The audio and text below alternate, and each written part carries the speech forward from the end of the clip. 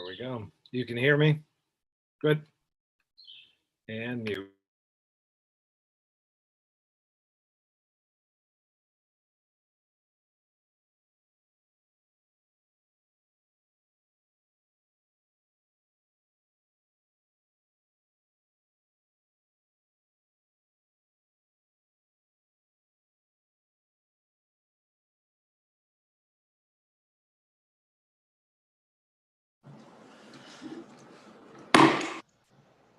Good morning, everybody. That was quite loud, wasn't it? I'm State Senator Kathy Breen, and we are here in the Appropriations Committee room, ready to start our meeting on August 3rd. I think the format is fairly familiar at this point. We introduce committee members introduce themselves, the ones in the building, the ones participating remotely, and then we'll take a few minutes so that the folks in the committee room can disperse to other parts of the State House. So Representative Dunphy, would you like to start? Thank you, Madam Chair, and good morning. My name is Michelle Dunphy, and I represent House District 122, which is Old Town and Indian Island. Yes, good morning. I'm Dennis Keschel from Belgrade. I represent House District 76, and that includes Belgrade, Fayette, Mount Vernon, Wayne, Rome, and Vienna. Good morning, I'm Soen Millet. I represent House District 71, which is the towns of Norway, Sweden, Waterford, and West Paris. Good morning, I'm Linda Sanborn. I represent Gorham, Buxton, and Scarborough in the State Senate. Hello, my name is Eric Jorgensen. I represent part of Portland, District 41. John Martin, House District 151, from Allagash to Fort Kent down Route 11 to Oxbow. Good morning, Teresa Purse, House District 44, the majority of Falmouth. Good morning, everybody. I'm State Representative Drew Gatine. I'm the House Chair of the committee, and I represent part of the city of Westbrook. And as I mentioned earlier, I'm State Senator Kathy Breen. I represent about 6.5 communities in Cumberland County, and I am the Senate Chair of the committee. And participating remotely, we have Senator Hamper. Yep, Senator Jim Hamper, Senate District 19, 13 towns in Western Maine. And Representative Hubble. Good morning, Brian Hubble, House District 135, Bar Harbor, Mount Cert, Lemoyne. Thank you. Representative Arata. Good morning. My name is Amy Arata, and I represent District 65, which includes New Gloucester and part of Poland. Thank you. And I put a call out to the universe to see if Representative Wadsworth is with us today. I take it he is not available today. So we have introduced everybody on the committee. And I want to thank Maureen Dawson, our analyst, for getting our materials ready for today. And of course, thanks to the IT folks who are helping us make this meeting happen, both in person and remotely. And now we're going to take a few minutes and have the AFA members who are with us in the room disperse to other parts of the building. So sit tight if you would. Thank you.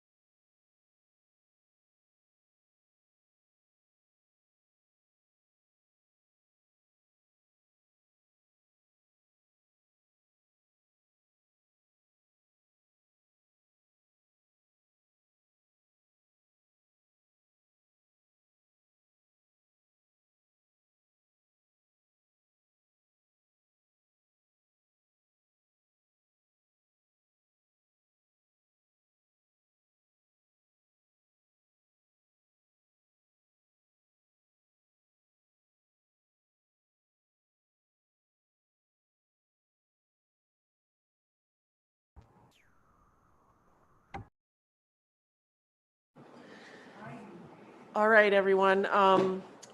We are back and we have everybody dispersed to their various rooms.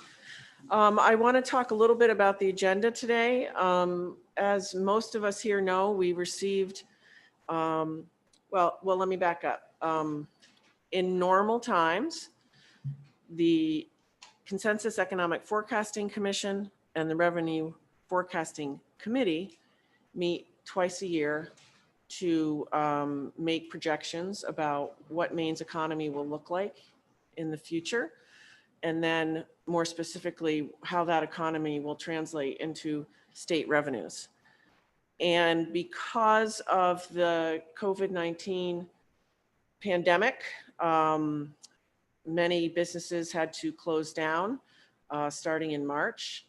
Some of them are beginning to open up.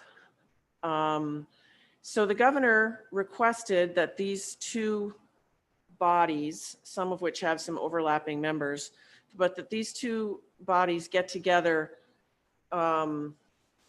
earlier than normal, which would have been October and November, and assess the state of Maine's economy, and then also from that assessment project state revenues. So those two bodies have done so.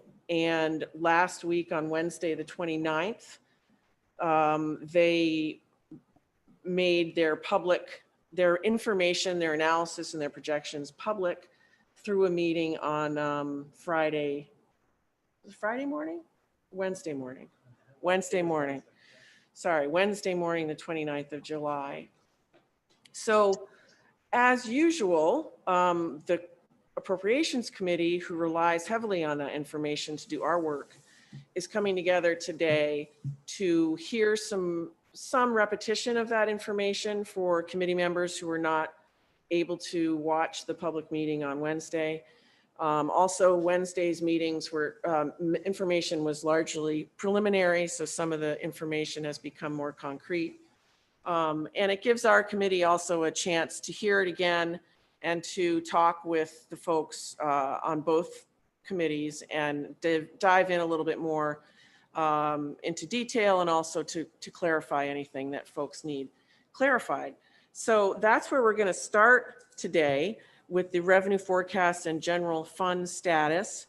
I think if it's okay, I would like to start with our state economist, Amanda Rector, because she is also staff to the Economic Forecasting Commission, and kind of that commission is a little bit bigger picture than just state revenues. It looks at the whole state economy. And so if Ms. Rector, if you wouldn't mind starting, and then I think we will go to Dr. Allen to talk about tax policy, tax receipts, given that we had an extended deadline this year. And then we will go to Beth Ashcroft, and then we will finish with Chris Nolan. Chris Nolan is not only a member of the Revenue Forecasting Committee, but is staff to this committee, to appropriations. So we will finish there. And then we will hear from Maine Public, the retirement system, Maine Public Employees Retirement System, to hear how their year ended. I'm sorry, I have to keep taking my glasses off and on, but they fog up and then I can't read. So I have to put them on, and then they fog up and I can't read. So I take them off. But anyway, so we'll hear about that from Sandy Matheson, the executive director of MEPERS. That's a report. We don't actually have to do much with that information right now. And then at noon, we will hear from the DAF's commissioner about the two earlier topics and various other topics related to state revenues. And lastly, in another step in our committee's work in sort of gathering information from across the state and across sectors about how the pandemic is affecting them, we'll be hearing from other units of government, in particular Maine Municipal Association, and then from from county commissioners and people representing the counties, And then we'll hear from some people who work in those two arenas as well, who work in local and county government. So we will try to stay on time. And of course, that's always a goal, but not always achieved. But without further ado, I would ask that Amanda Rector kick us off. Thank you. Thank you. Good morning. I'm Amanda Rector. I'm the state economist for Maine. I'm a member of the Revenue Forecasting Committee, and I provide staff support to the state's Consensus Economic Forecasting Commission. So that commission is made up of 5 independent economists. Ryan Lowe is the chair of that commission. Dr. Chuck Lawton, Dr. Julietta Jung, Sarah Austin, and Dr. Sheena Bunnell are the other members of that commission. They did convene at the end of June. They actually met twice. They met on June 22nd for an information gathering session where they brought in folks from all sorts of different sectors across the economy to try to get a little more on the ground sense of what was happening around the state and around the region, in addition to the other information that we present to them at the actual forecasting meeting. So they then had their forecasting meeting on June 25th. And I want to read a little bit from their report, which is posted online, and hopefully folks have access to that. But this is clearly a very unusual forecast for them in very, very unusual times. And so I just want to highlight that a little bit here. The CEFC, Consensus Economic Forecasting Commission, emphasizes that current conditions are unprecedented, highly uncertain, and include a large number of unknown variables. This forecast update represents the best the Commission could do with the information available at this time. Several key assumptions had to be made encompassing both the public health situation and economic conditions, increasing the level of uncertainty associated with this forecast. Unpredictability, while always an element in the forecasting process, is front and center at this time. The CEFC looks forward to revisiting its assumptions in October to reflect new developments in the local economy. So they really acknowledge the fact that this is not like a forecast they've ever done before. And so they're going to be very closely tracking developments in the economy over the next couple of months. And by necessity, they had to make a number of different assumptions in their forecast. So the key assumptions that they made include that we will have a protracted and slow recovery from the current recession. We are officially in a recession, or at least a recession was officially announced starting in February 2020. There will be no subsequent outbreaks of COVID-19 in Maine requiring a full lockdown, similar to what we had back late March, early April. Any COVID-19 hotspots within the state are effectively managed and contained through risk stratification, testing, contact tracing, and isolation. Further federal stimulus will follow later this year that includes support for state and local governments, the unemployed, and lower income households.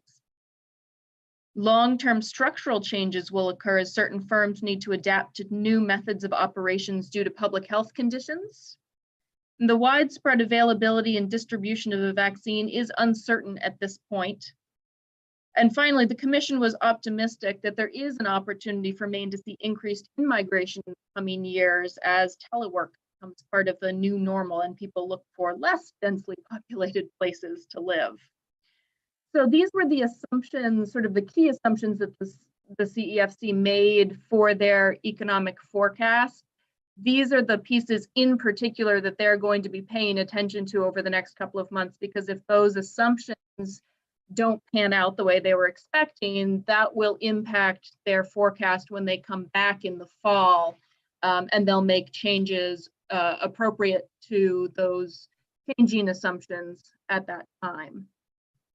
In terms of their forecast itself, we were in a good position economically at the end of 2019 and the start of 2020 before COVID-19 hit. So Maine saw strong employment numbers in the first 3 months of the calendar year before the April job numbers really fell off the cliff. We saw absolutely unprecedented job loss. Total non-farm employment is projected to decrease by 8% in 2020 over the calendar year, with recovery of 4% and 2% in 2021 and 2022, respectively, before leveling out to 0% growth 23, 24, and 25. That pattern is similar to a pattern that the Forecasting Commission has had in previous years.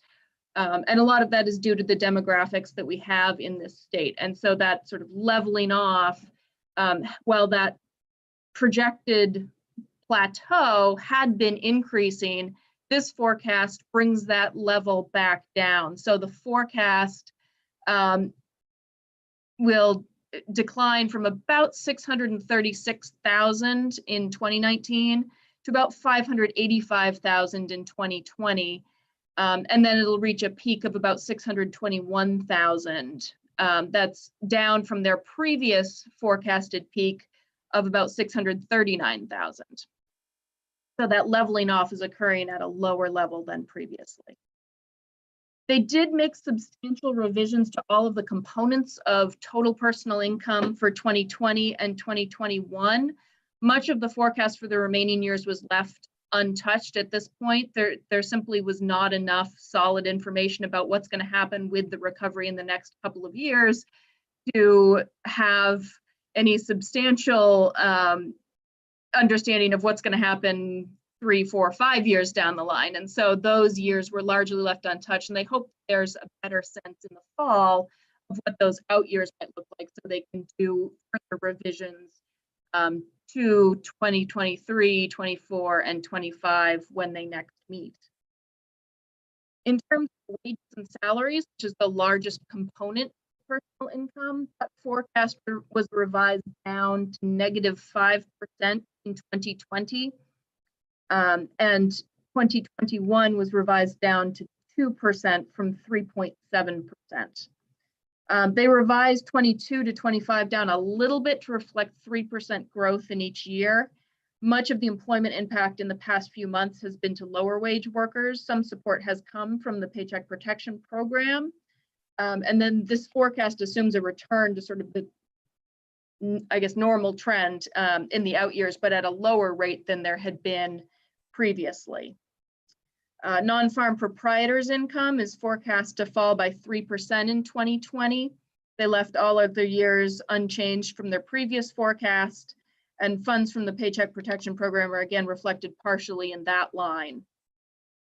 The forecast for dividends, interest, and rent was revised down for 2020 and 2021 to positive 0.1% in 2020 and negative 1.0% in 21.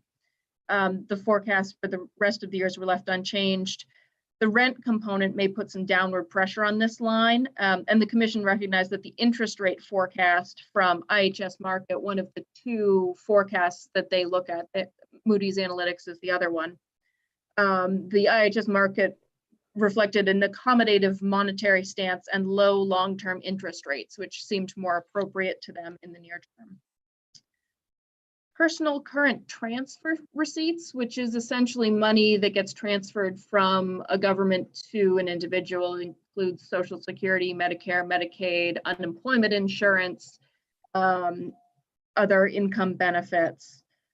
Growth in that line was revised upward to 30% in 2020 and downwards to -8% in 2021. This reflects changes, substantial increase, including increases to Medicaid and unemployment insurance, as well as recognition of the stimulus checks that came from the federal government. They would show up in this line as well. In terms of inflation, the CEFC projects that the consumer price index will fall below the Federal Reserve Bank's long-term 2% inflation goal until 2023. So they revised their forecast downward to reflect that. Additionally, the forecast for corporate profits was revised down to -30% in 2020. Growth for 2021 was revised up to 10%, and then the remaining years were left unchanged. So clearly, some of the largest risk factors that were considered by the CEFC were related to public health. They had to consider not just economic conditions, but public health conditions as well. So while the CEFC's assumption for this forecast is that any future hotspots of COVID-19 in Maine are appropriately responded to by the state to avoid a widespread outbreak that would require lockdown, the Commission acknowledges that there is uncertainty regarding the possibility of a second wave and the severity thereof. It also remains uncertain on the availability and acceptance of a vaccine in calendar year 2021. Overall, the Commission maintains that the success and speed of the economic recovery are dependent on public health outcomes. I am happy to answer any questions that folks have about the economic forecast. Thank you very much, Ms. Rector.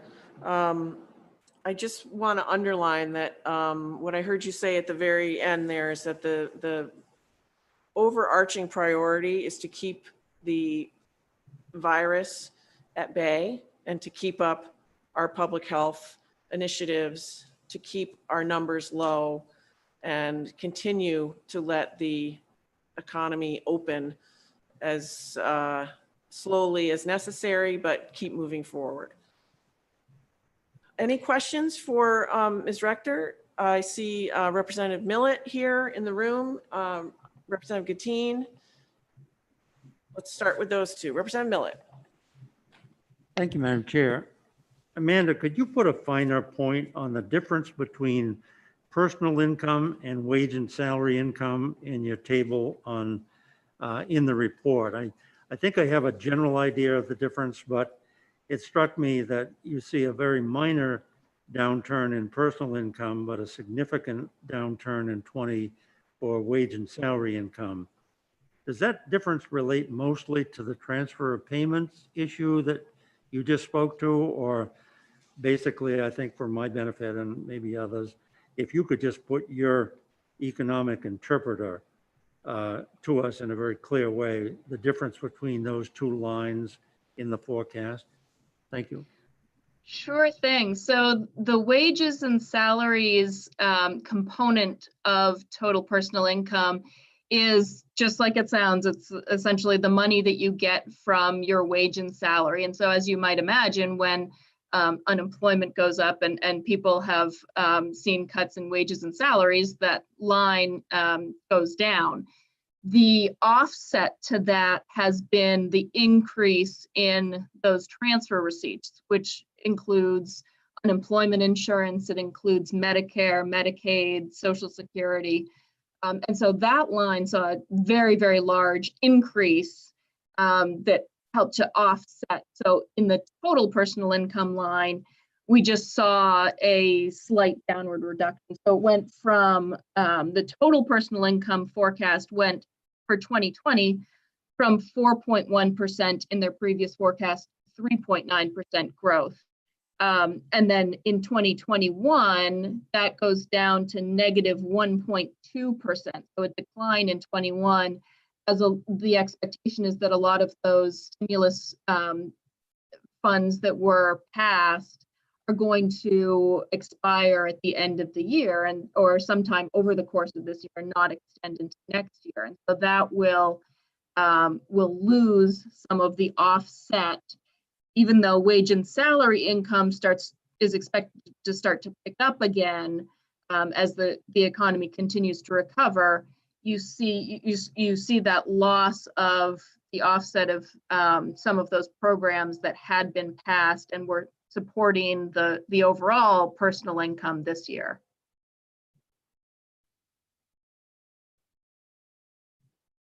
Just a quick follow-up, and that's very helpful. Maybe it's something Dr. Allen will speak to in the next step, next section. The taxability of those transfers, I know that unemployment compensation monies, and I'm assuming including the $600 federal extra, is taxable as income during the years in which it's received.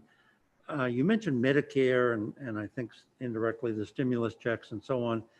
What portion of the transfers that made the personal income flatten out and only decline slowly will become taxable as income in the reporting for the balance of this year and next year's filings? I will defer that to Dr. Allen. I try to defer as many tax-related questions to Dr. Allen as I can, but I think that's more in his wheelhouse than mine. Okay, thank you. Representative Gattin. Thank you, Madam Chair. Ms. Rector, thank you for the presentation. I have three questions. Could you go through with us a little more detail about what the assumptions are in the forecast related to further stimulus from the federal government? You know, I know a lot of us are keeping our eye on what's going on in Washington, hoping that maybe they'd be a little bit farther along with resolving things. But what are the assumptions that we need to keep our eye on in terms of how that resolves as we think about the future here in Maine? So the assumptions that they made were essentially in line with the assumptions that Moody's Analytics had made in their forecast. IHS Markit, while they assume that there will be something passed at some point in time, they didn't have enough surety about what that might look like to include it in their baseline forecast. Moody's Analytics assumed a package federally of about $1 trillion that would include support around the unemployment insurance program, that those $600 payments that have now expired, some form of extension, not necessarily in the same format, but something around those, support for low-income households, support for businesses, and perhaps most importantly, support for state and local governments. Right. And so those assumptions seemed reasonable enough to the Consensus Economic Forecasting Commission that they agreed with the Moody's Analytics forecast and sort of accepted those in their own forecast as well. Clearly, that's going to be one of the big pieces that they watch in the next couple of months is whether that assumption holds up, and that has the possibility to change their forecast pretty substantially if that changes. And then I guess the other two questions, thank you for that, by the way, that's helpful. So it's about $1 trillion is what we're looking at, and it's low income people, business support, and some continuation of the unemployment benefit are really sort of the key things, and state and local government. Those are kind of the things for us to keep our eye on if you want to track to the current economic forecast and things you'll be looking at when you meet again in October. Correct. So here in Maine, we've been able to keep our numbers low. We're moving towards easing up on some of the restrictions that have been put in place with respect to businesses. But I look around the country and I see different things happening in different places. I guess my question is, as we're looking at our economic forecast for Maine, how much of that do you think is based upon the things we do here locally, based upon what the bigger picture is in terms of the national economy and even the international economy? That's a good question. I mean, certainly there's only so much of our economy that we have direct control over. You know, we're part of a national and international economic system. And so there are things that happen in other parts of the country and things that happen in other parts of the world that affect supply chains and demand for goods and services, both that we export and that we import. And so certainly there is an element of that, and there are companies within the state that operate nationally and internationally as well. So all of that plays a role. I think, I don't know that I could assign a simple percentage to, oh yes, X percent comes from things we control locally and Y percent is everything else. I do think that it's important to remember in their assumptions that the Consensus Economic Forecasting Commission did assume that on the public health side, that the state is able to appropriately respond to the situation that we have control over. And so that is managed in a way that we can at least continue along the path that we've been continuing on and not have to take a step backwards. So I think that that's an important piece. Is their assumption is that the state, in as much as we have control over something, that we do a good job of managing that. Right. I guess I work as a non-economist under this high-level assumption that we can do the right things here in Maine, but our economy will never fully recover unless it's part of a bigger national recovery of the national economy. Is that kind of a fair point of view, I guess? I mean, certainly we're very closely tied to the national and global economies, particularly in a situation like this, where the recession has been triggered by a public health crisis that is a global pandemic.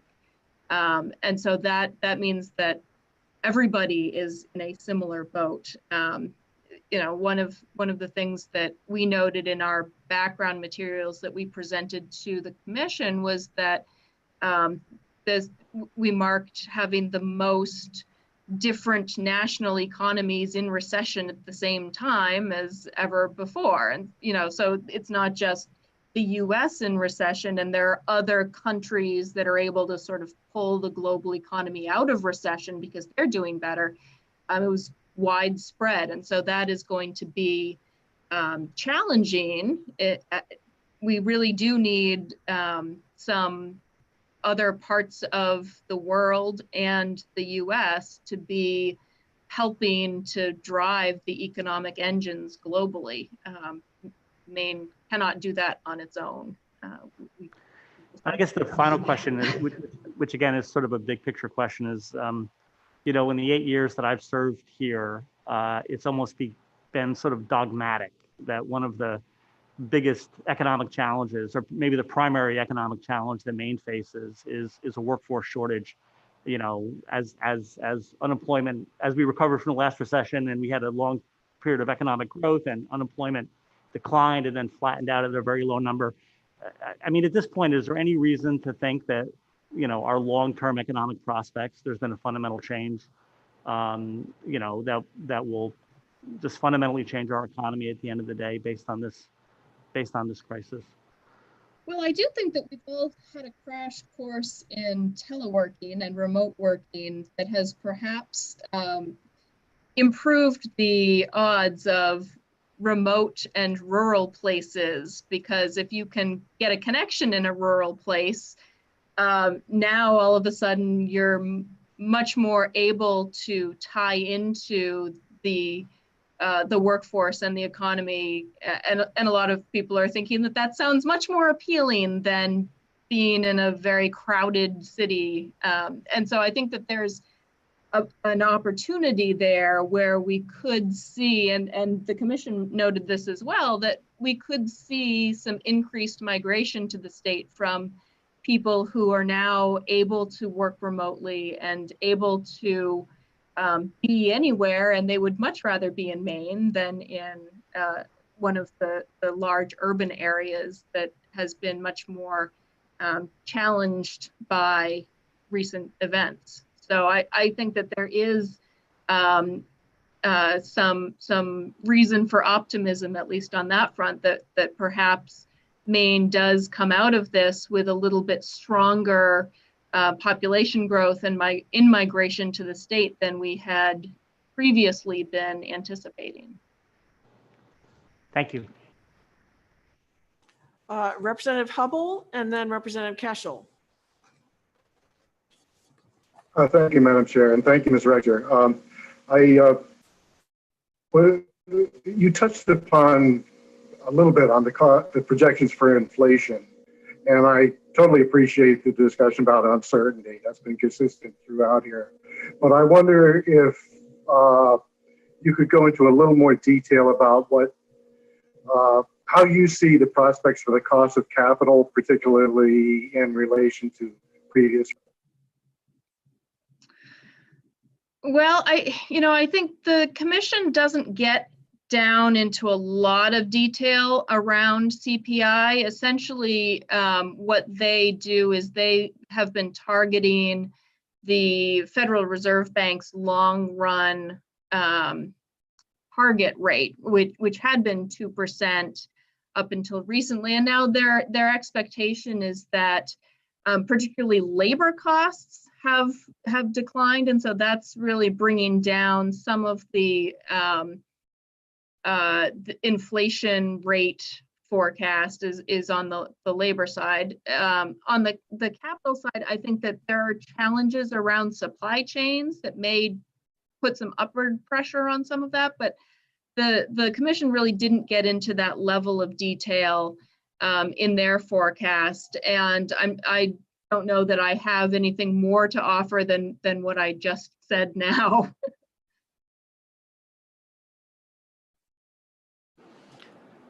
Representative Hubble, you're all set?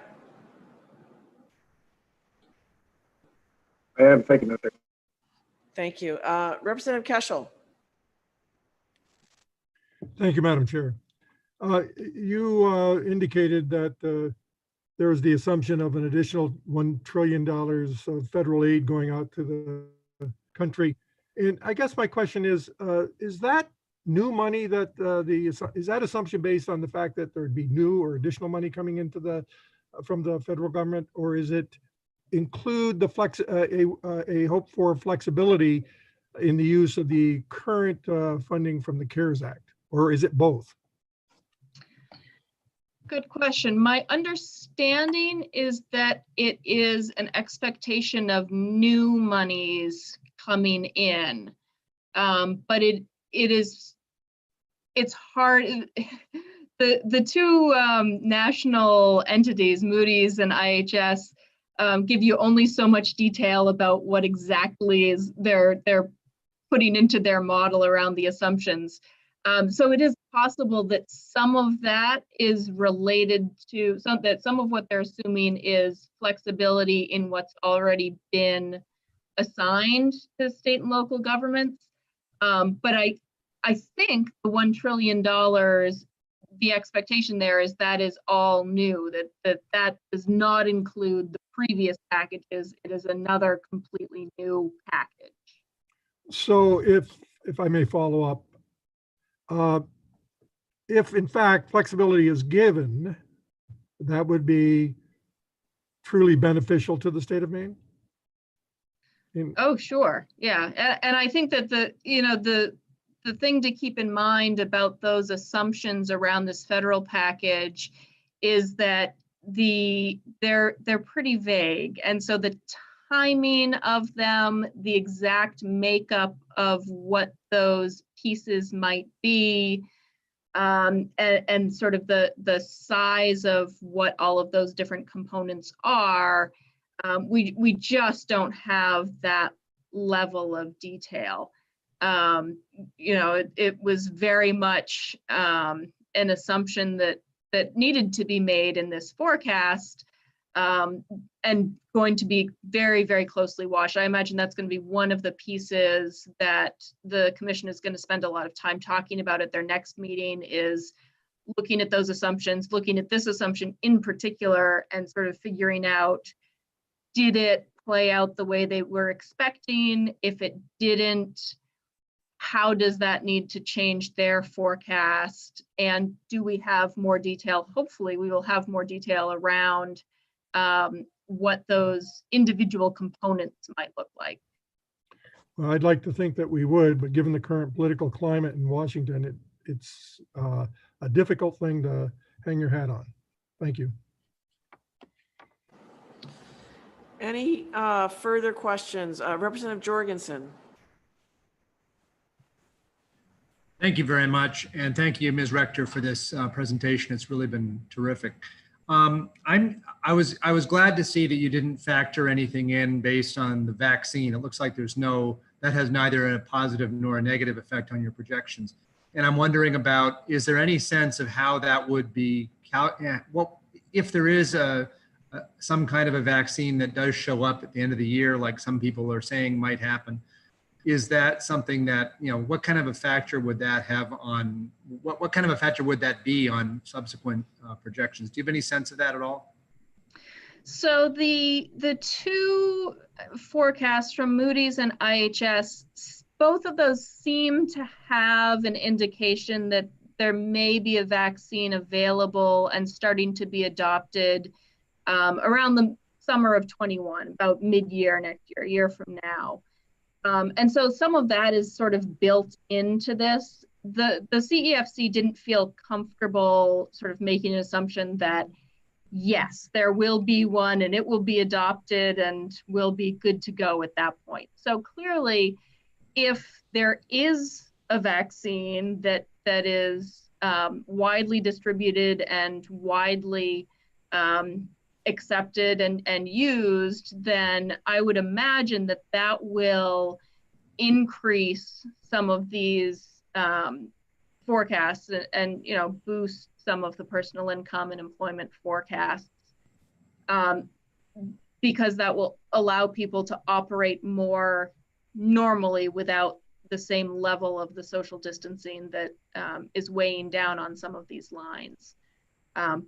But they, we'll see again when they meet next, whether there's more information available about vaccine development. That was another piece that they spent a lot of time talking about the public health aspects and vaccines and whether that was going to be available and when, and whether they could say with any sort of assurances when that might be happening. And their assumption was, we just don't know enough right now to know when exactly that's going to happen. As I said, it's sort of built in a little bit from the forecasts that come nationally as a mid-2021. But again, lots of uncertainty there. Yeah, I think, given that we can't even figure out how to distribute cotton swabs and transport medium, it seems to me that that's going to be a smart thing to not get too, not hang too many things on. So thank you. Any other questions for Ms. Rector about the Consensus Economic Forecasting Commission and their report? Okay, thank you very much, Ms. Rector. Appreciate you being here with us. And now we're going to turn to Dr. Mike Allen, who is Associate Commissioner for Tax Policy and member of the Revenue Forecasting Committee. I just want to draw folks' attention to the fact that Dr. Allen did submit some testimony for today, which you have in your folder. Dr. Allen, the floor is yours. Thank you. Senator Breen, Representative Gatine, and members of the Joint Standing Committee on Taxation, good morning. The Revenue Forecasting Committee has concluded a rare off-cycle update of its most recent revenue forecast in order to incorporate the new economic forecast released by the Consensus Economic Forecasting Commission on July 1st, and to provide the governor and the legislature with a revenue forecast that reflects the impact of the COVID-19 pandemic. In its August 2020 update, the Revenue Forecasting Committee has revised general fund revenue estimates downward by $527.8 million for this fiscal year, FY21, and by $883.2 million for the 2022-23 biennium. The forecasted rate of year-over-year growth for general fund revenue in FY21 is now negative 10.8%. Followed by growth of 5.6% in FY22 and 3.4% for FY23. In addition, highway fund revenues are being reduced by $30.8 million in FY21 and $30.5 million in the 22-23 biennium. The table I attached in the testimony below is a summary of the changes that Amanda just went over that the CEFC provided to the Revenue Forecasting Committee and was used by the Maine Revenue Service's Office of Tax Policy in the development of their sales and use and individual income tax forecasts. And as you just had that discussion with Amanda, the importance of the CEFC forecast to the revenue forecast. It is a key input to that forecast. Almost 95%, or 498.3 million of the 527.8 million downward reprojection in FY21 by the RFC is from sales and use and individual income taxes. And 100% of the FY22 and FY23 net reductions are attributable to these two revenue lines. In both cases, swift and unprecedented stimulus from the federal government and the Federal Reserve System has helped to moderate the initial impact on state revenues of the historic COVID-19 recession during the final quarter of FY20. While the CEFC assumes that Congress will provide an additional $1 trillion of stimulus during calendar year 20, the temporary nature of that stimulus and a weak recovery for the main economy leads to significant ongoing reductions in the state's two largest sources of general fund revenue. In the case of the sales and use tax line, approximately 60% of the $238 million reduction in FY21 is attributable to taxable prepared foods and lodging. Lodging sales are assumed to be down year over year by 50% during the third quarter of calendar year 20, the height of the summer tourism season. Lodging taxes are assumed to improve slowly over the remainder of calendar year 20 and are not expected to generate the same level of tax revenue as calendar year 19 until calendar year 22. And you can see we've included one of the many tables that David Gunter, the tax economist in the Office of Tax Policy, had provided to the Revenue Forecasting Committee last Wednesday, just to show historically what tax revenues from the rental of lodging establishments have looked like and what we've seen between March and June of this calendar year so far. And you can see the dramatic impact on lodging sales that the pandemic has had thus far. Prepared foods, mostly restaurant sales, are projected to perform better than lodging, but are assumed to be down approximately 30% year over year during the third quarter of calendar year 20. Like lodging, prepared food sales are assumed to slowly improve and not get back to the same level of tax revenue as 2019 until calendar year 22. And again, I've provided for you the slide that was presented to the Revenue Forecasting Committee last Wednesday, showing the impact that the pandemic has had on prepared food sales. The key assumptions by the Revenue Forecasting Committee about lodging and prepared food sales are consistent with the Consensus Economic Forecasting Commission's employment forecast for leisure and hospitality industry. The gradual improvement in both sales categories, representing 25% of total sales tax revenue in a typical year, is the primary reason for the lower decrease in sales tax revenue of $152 million in FY22 and $131.3 million in FY23. One bright note on sales tax is the additional tax revenue the state is collecting because of several recent law changes that require remote sellers to collect and remit sales tax on sales delivered into Maine. 75% of the adjustments to the individual income tax revenue is primarily the result of the CEFC's assumption of combined wage and salary and unemployment insurance benefits growth over the forecast period. The CEFC forecast assumes that the initial enhanced UI benefits that were part of the CARES Act and a continuation of those benefits at some reduced level in the next federal stimulus package will almost offset the reduction in wage and salaries during calendar year 20. After calendar year 20, the CEFC assumes that UI benefits will fall back to normal levels in growth as unemployment declines, but wage and salary growth will be weaker than their previous forecast. These assumptions result in a growing gap between the February and July CEFC forecast for the combined level of wage and salary and UI benefits, which has a significant impact on individual income tax liability.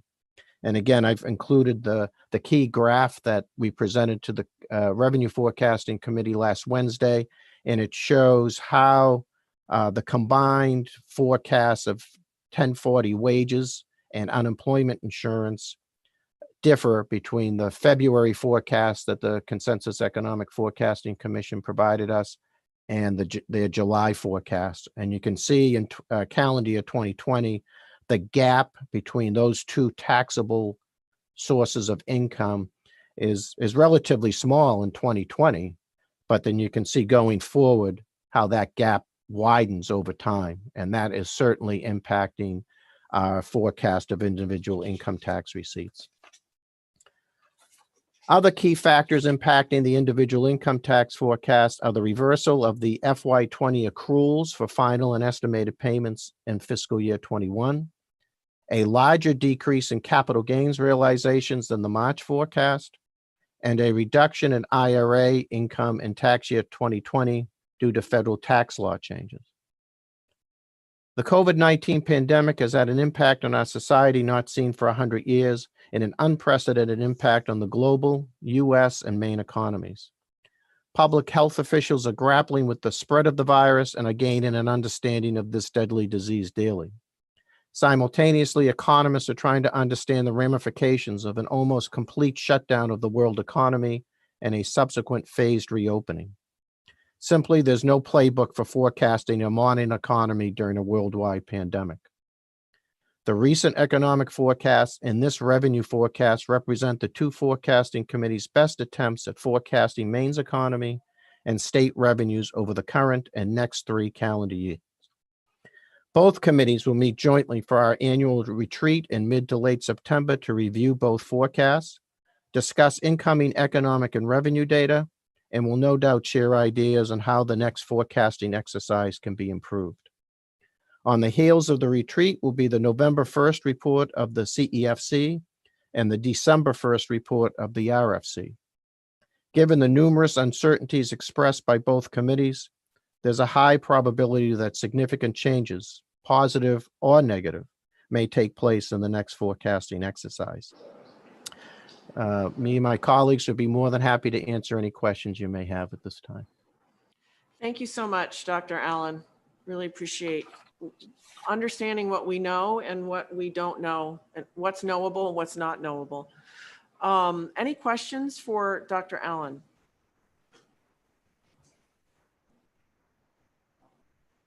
Representative Gatine? Thank you. Go ahead. Dr. Allen, I just have a couple of questions. I want to make sure I understood something you just said. With respect to the enhanced unemployment insurance benefits that expired last Friday, I think I heard you say that the revenue forecast assumed the UI benefits going back to the normal levels. Is that right?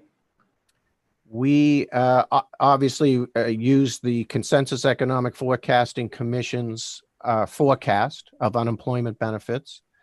And that assumes, as Amanda pointed out, that there is another stimulus package that in some way addresses the current sunsetting of that additional $600. I think, and Amanda can confirm or tell me that I'm wrong, but I think they assumed that the enhanced benefits would continue, but not necessarily at the $600 level. There'd be some reduction, but I don't think it was specified exactly how much. Okay. Correct. Okay, thank you. I wanted to make sure, because I thought I heard that a little bit differently, but I appreciate that. Again, you know, happy to have this report now so that we can chart a path forward. But I would like to just get your thoughts, because up until this point, we had been doing a lot of our assumptions and speculations around the stress test that was done a couple of years ago. How does this revenue forecast, how did we do relative to the stress test? I guess is my question in terms of what our assumptions are and how we're looking going forward. Well, remember, we used the stress test really just to focus in on fiscal year 20 and FY 21. I would say the stress test, I think, was a good guide at the time that obviously the administration was trying to grapple with the pandemic, and I think it was helpful. As it turns out, at least for FY20, I think the stress test overstated the reduction in revenue. But I think the reason for that is that nobody had anticipated, the stress test certainly didn't anticipate, and we did have an historic response by the federal government and the Federal Reserve System. I mean, the amount of stimulus that came into the state in that second quarter of this calendar year, either through the stimulus checks, the enhanced unemployment benefits, the PPP, all of that really helped us get through that final quarter of fiscal year 20. The forecast for FY21 that I just presented, that does assume about, built into that 527 is about $50 million or so of revenue, of the reversal of the accrual that we did during FY20 for deferred income taxes to July 15th. So again, I think the stress test maybe overstated the impact on FY21. But again, the stress test obviously didn't account for all the stimulus that we've seen. So we did a little bit better than what the stress test thought we were going to do. But again, the stress test didn't account for the very large amount of federal stimulus that came in. There's no way it could have predicted that. Correct. Very good. Thank you. I think I'm good for now. Representative Arata and then Representative Millet. Thank you. Just real quick, are you going to have a revised projected revenue sharing report to give to the municipalities? Yes, and I think that's all the detail of the updated revenue forecast on each of the different funds that the RFC forecast. So for the general fund, there's an update of what we expect revenue sharing will look like for the remainder of this fiscal year and the next biennium. I haven't been able to find that report. I just really quickly looked at the website. I found the old report, but not a new one. I was wondering if maybe we could get a copy of the new report broken down by municipalities. Oh, well, all the RFC report will show is the aggregate, the total amount of change, estimated change to revenue sharing. It won't show you how each of the municipalities will be impacted. The treasurer will take this information and on their website, he'll show you how the each municipality is projected to do under the new forecast. Okay, so the treasurer is the one we need to bug about that. Yes, I'm sure he'll be updating the spreadsheet on his website soon. Okay, thank you. Representative Millet. Thank you, Madam Chair. I'd like to go back to the question I asked earlier that relates to the taxability of those personal income transfers that were referenced by the economist. And I think we're all quite clear that the unemployment payments, both the state share and the federal supplement, are subject to the payroll tax as they would be if they were being paid as wage and salary. But it was unclear to me the Medicare reference, capital gains, the whole issue of the personal or the payroll protection program, PPP monies that we've had some discussion in the media about in terms of Maine's conformity or non-conformity. So I wondered if you might address, first of all, what are the taxable status issues involved in personal income transfers, including stimulus and PPP monies? And secondly, I understood the conformity issues are going to be discussed by the Joint Standing Committee on Taxation in the near future. How much swing might there be if we were to conform or not conform with the revenue projections for FY21 that are before us this morning? Thanks. So as Amanda pointed out, the transfer payments component of personal income is certainly a significant part of personal income, but it's usually not one that we spend a lot of time on because most of the components of transfer payments are not taxable. So as you mentioned, Medicare, Medicaid, Social Security, the state doesn't tax Social Security income. That's in transfer payments. Unemployment insurance in most years, even during, say, the last recession that we had, a severe recession, certainly 07, 09, the increase in unemployment benefits were certainly a rising component of transfer payments, but they certainly did not play a significant role in our thinking about the revenue forecast during that time. That clearly has not been the case in this forecast. Unemployment benefits are taxable by the state of Maine as they are at the federal level. The Department of Labor provided us with quite a bit of detail on the unemployment benefits that have been going out to Maine households since the start of the pandemic. And the last piece of information we received from them, which was dated through July 18th, so the middle of the month, they had paid out over $1.3 billion of unemployment benefits and had remitted to Maine Revenue Services $32 million of withholding related to that. So that is a huge amount of withholding, and it really is the reason that withholding in one of the worst recessions since the Great Depression came in over budget last fiscal year. And I can tell you, as I sit here this morning, it's going to be well over budget in the month of July as well.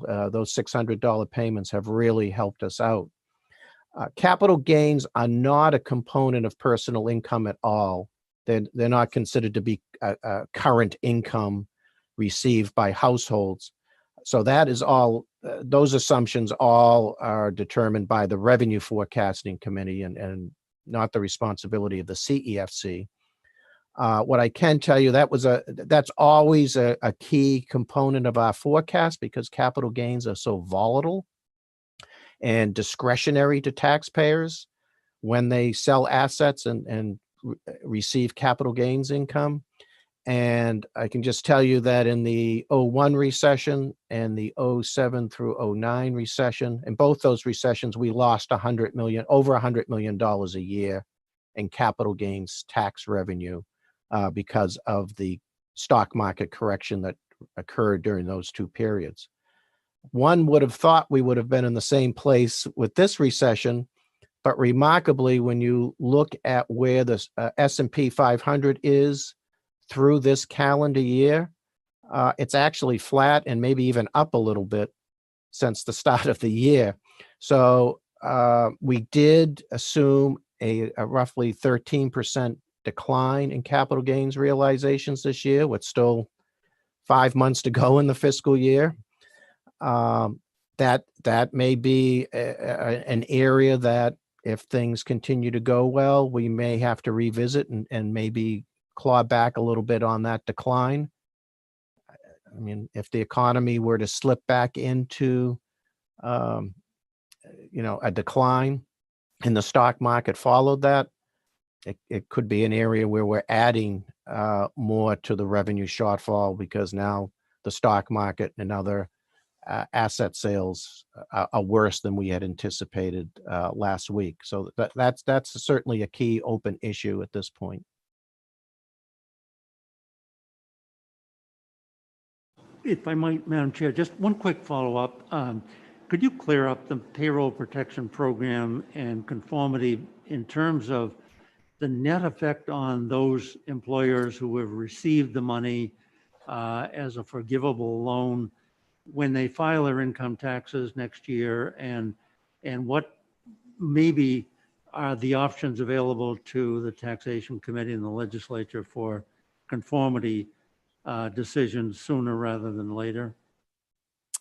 Certainly. So we did, the committee did meet last Thursday, and we did do a presentation of the items that were in the CARES Act and some of the earlier federal pandemic legislation that poses a conformity issue for the state. We went through each of those provisions. The Paycheck Protection Program was certainly an area of interest.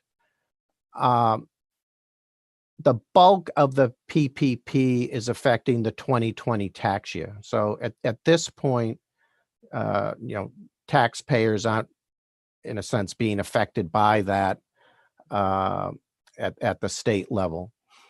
But it is a conformity issue. The state, we conform to the Internal Revenue Code through the end of calendar year 2019. So that's whatever was in the code as of that date. That's the law that we're under. And if we don't conform to the PPP changes at the federal level, it has an impact, but not as big as you would think, because at the federal level, they've excluded the forgiven debt from income. So you don't have to you don't have to declare that income on your return if it is forgiven. However, the Internal Revenue Service has ruled that you can't take any of the expenses that are associated with that PPP. So no income, no expense. At the state level, again, because we conform to the Internal Revenue Code through the end of last year, that forgiven PPP loans is income, but the state is allowing you to take the expenses that you use that income for, the wages that were paid, the rent that was paid, and so forth. There may be a small amount that ends up being taxable, but we don't think that's a huge or a significant amount. So that's where we stand at the moment. If the legislature were to pass the governor's proposed conformity package that we presented to taxation last Thursday, she is proposing that we conform to federal law on the PPP. She was very clear about that. She didn't want anybody getting hurt by the PPP. And if the legislature enacts that, then we will be in conformity with federal law for the 2020 tax year. Thank you, Dr. Allen, and thank you for the question, Representative Millett. I think that's on the minds of a lot of folks who have received that. And just to clarify for our colleagues, in order for that conformity at the state level to match up to the federal level, we would need to enact legislation, which means we would need to have a special session. So that's just a procedural note. And Representative Gattin. Dr. Allen, if there were written remarks that were prepared for taxation last week around all these issues, I'd love for this committee to get a copy of those. I don't know if you've got them, or maybe Maureen can try to dig them up for us. They were provided to the committee and they put it up on their website. Right. And I'm sure Maureen and Julie can get together and make sure that AFA gets access to all that as well. Thank you very much. Okay, are there any further questions for Dr. Allen? Representative Keschel. Thank you, Madam Chair. At the bottom of your testimony, in fact, I think it was the third sentence or before the end, or the second sentence before the end, you said, given the numerous uncertainties expressed by both committees, there is a high probability that significant changes, positive or negative, may take place in the next forecasting exercise. That kind of makes me a bit uncomfortable. So maybe you can make me a little bit more comfortable in terms of what that sentence means by answering the question as to whether or not those uncertainties are due to the impact of any additional federal response, or are there other issues you're concerned about? Well, certainly what the next federal stimulus package looks like is a key component to that. Amanda went through and made clear that that was an important part of the CEFC's forecast. So if the federal stimulus package is much larger and more extensive than what the CEFC assumed, I'm sure their economic forecast will reflect that. If the package is much smaller than the $1 trillion or doesn't occur potentially, that will obviously affect but beyond that, I think it's just how this pandemic is going to play out. I mean, the CEFC met at the end of June. I think at that time, there was some information coming out that other parts of the country were starting to see a resurgence in the pandemic. But I think that was in the early stages at that point. Over the course of the last month, we've seen some rather large states in this country now going back to where, other parts of the country were struggling back in March and April. Does that continue? Does that slow down? Does the pandemic come back nationwide in the fall and winter? We don't know. And so at the time that both committees meet in October and end of October and the end of November, we'll have more information, but there still may be a lot of question marks even then about what's going to occur over the next 6 months to a year. I thank you for that. I do get the federal response. I understand the significance of that. But I do appreciate your expounding on that. Thank you. Okay, any other questions for Dr. Allen? Don't see any. Thank you. Ms. Ashcroft, I just want to confirm with you that you are on the Revenue Forecasting Committee. You've joined us to be available, but you don't have any formal remarks prepared. Is that correct? That is correct, yes. Wonderful. Thank you very much. Yep. Thank you for making yourself available. So next we're going to move on to Chris Nolan, who is the head of the Office of Fiscal Policy and Program Review here in the State House. And he is going to be walking us through some of the Revenue Forecasting Committee and how it affects the various funds, especially general fund, that this committee works with. And I just want to draw everybody's attention. This particular part of the agenda was supposed to be concluding at 11:15. Obviously, we're running a little bit behind, but I just wanted to note that so that folks can try to be as brief but thorough as possible. Thank you. Mr. Nolan. Good morning. Can you hear me? Yes, we can. Thank you. I am going to go through, hopefully you have it in your packages, and it was also sent out and is posted both in the AFA materials page, but also in the general fund section of our website. So it's just our standard general fund status sheet. It's the blue boxed version of it. And the two things that I really wanted to focus on this version is it both reflects the RFC forecast that we have been talking about, but it also incorporates the closing transactions that we talked about last Monday. So in those are in gray, and the revenue forecasting change is in light blue. So if I could just start with fiscal year 20, there was no obvious impact, specifically in the revenue forecast that we just completed for fiscal year 20.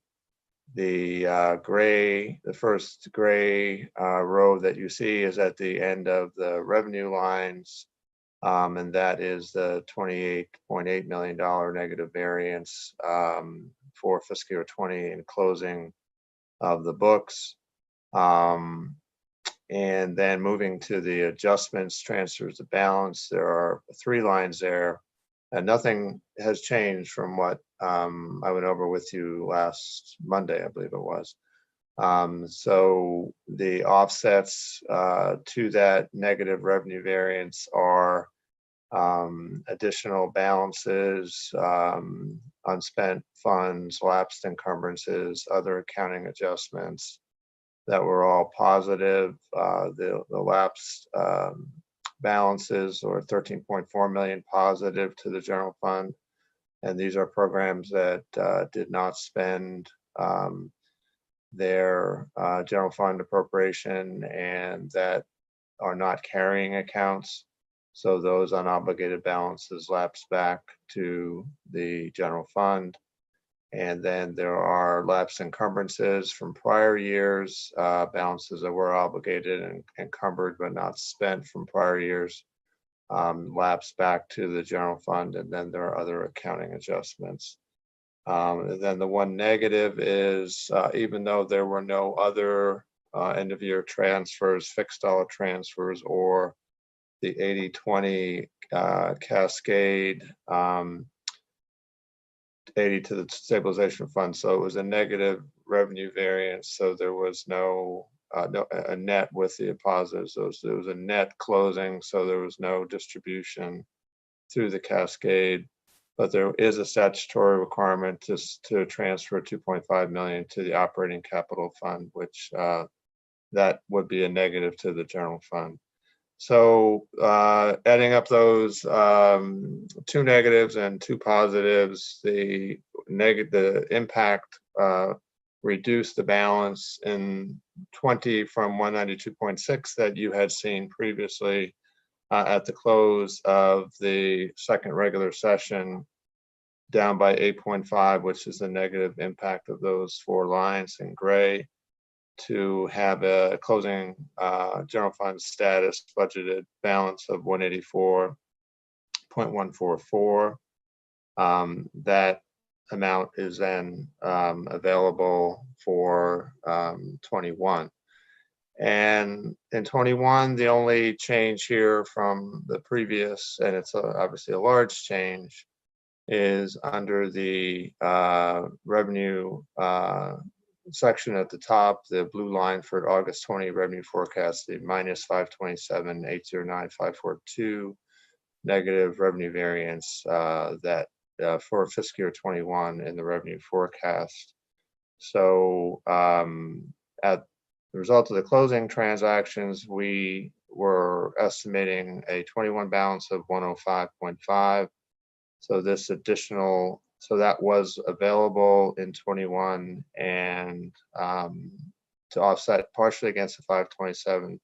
So it brings our budgeted balance to a negative 422,341,444 approximately. That's an estimated balance. And that we will continue to monitor and report on.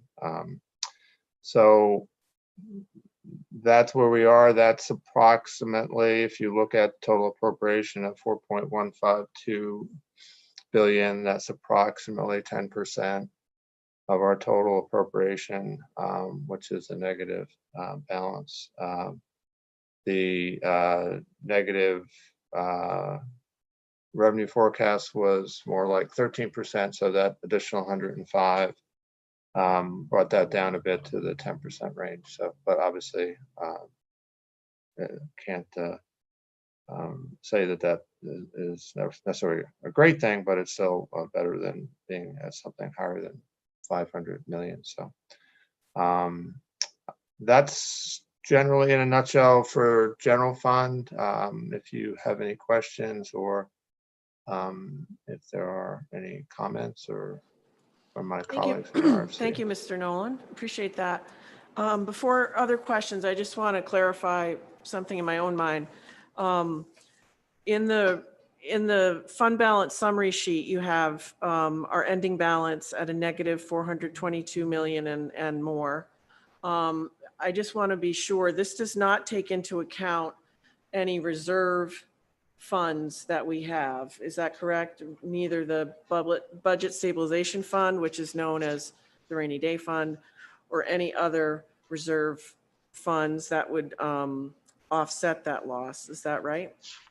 That is absolutely correct. In the controller's closing report, he had the budget stabilization fund balance of 258.7 and the reserve for general fund operating capital at 13.9 And the reserve for property tax relief was 375,000 because that had just distributed upwards of 31 million for property tax relief under statutory requirements. So stabilization fund 258.7 at the close of last year, and the reserve for general fund operating capital at 13.9, including the additional 2.5 from the gray line for statutory year-end transfers. And I think the bill that was passed at the end of the last session allowed the governor to spend up to 11 million of that for COVID-19 related needs, but none of that as of the end of fiscal year 20 had been spent. Thank you. Any other questions for Mr. Nolan? Representative Millet, go ahead. Thank you, Madam Chair. Just a clarification, Chris, this reflects, as you say, under the broad topic at the top. It includes the August forecast update and the end of fiscal 20 closing transfers. Correct. I assume it does not include the July revenue picture as such, and probably shouldn't be on a summary of this type. But I was thinking back to last week when you talked a little bit about noting the $28 million known shortfall from the June 30th revenue picture for FY20. You talked about reversing the assumptions for the receivables, et cetera, could represent another 100 million or thereabouts when we get through the revenue picture for July.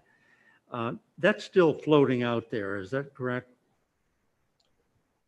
I'll let Mike, Dr. Allen, help me with this if he could. I think what we would say is that the revenue forecast provides an updated picture of how that reversal of the accruals, et cetera, affected 21 revenue and is incorporated in the 21 forecast.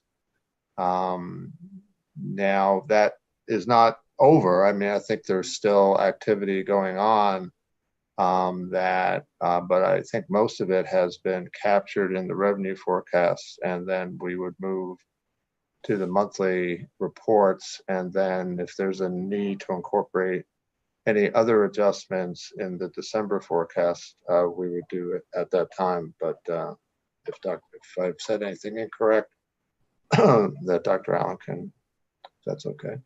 I have nothing to add to that. That's exactly right. Our forecast for individual income tax and corporate income tax includes the reversal of the accruals in July and the impact that is having on FY21. That's built into the 527. So as we sit here on the 3rd of August, I would just like the two of you to be clear in agreement on this. Are we looking at an imbalance in the FY21 or the total biennial budget of 527 or 422? 422. Be addressed and rebalancing as we sit here today. Yes, 422 is the estimated general fund shortfall for fiscal year 21, incorporating everything that we know as of this point. And I just want to put a finer point on that, which is this is a revenue issue. This is doesn't necessarily mean well, it could be a budget shortfall, but we have not tackled the larger budget at this point. Any other questions for Mr. Nolan? Representative Gattin. I don't really have a question. I just want to, while it's on my mind, I think the next time we get together, or between now and the next time we get together, I'd like to get have the opportunity maybe do a little bit of a deeper dive in where we are with our main care spending. I think we've got a number of different issues going on there where we have an increased FMAP. I don't know where we are with utilization, with hospitals having been closed for for lots of procedures for a couple months, but I also assume that our enrollment is probably going up. I'd like to try to start having this committee get a sense as to where our main care spending is. And as we sort of figure out how we're going to solve some of the challenges going forward in the rest of this fiscal year and then beyond that. Thank you. And just to remind folks, we also have a main care stabilization fund that might be part of that picture when we get that information at a later date. Any other questions for Mr. Nolan? On general fund. Mr. Nolan, do you want to go ahead and do the highway fund as well? Sure. That document is similar, but with green highlights. And it has the same structure, except the revenue forecast changes are in green and the fiscal year 20 closing transactions are in gray. Similar discussion, the fiscal year 20 had a negative variance in revenue for the highway fund of 18.2 million and had positive lapse balances and accounting adjustments that partially offset that 18. So it really ended with a negative balance in 20 of 8.5 million. That negative carries over to 21. It had the revenue forecast reduced the revenue for the highway fund by 30.8 million, primarily a reduction in gas tax, assumed gas tax revenue, and some special fuels tax and some fees. But the bulk of it was from gas tax. And that takes that negative 8.5 starting point and brings it down to a $40 million negative balance for 21. So whereas the general fund did have some positive balance to apply from 20 to 21 to offset the revenue loss of the revenue forecast, the highway fund started in a negative position. And so the negative revenue variance added to that negative balance in the fund. So, and that is a significant greater than 10% part of the overall highway fund allocations. So that is the highway fund. Thank you. Any questions for Mr. Nolan on the highway fund sheet? Representative Martin. John, I think you're on mute. You got to unmute yourself.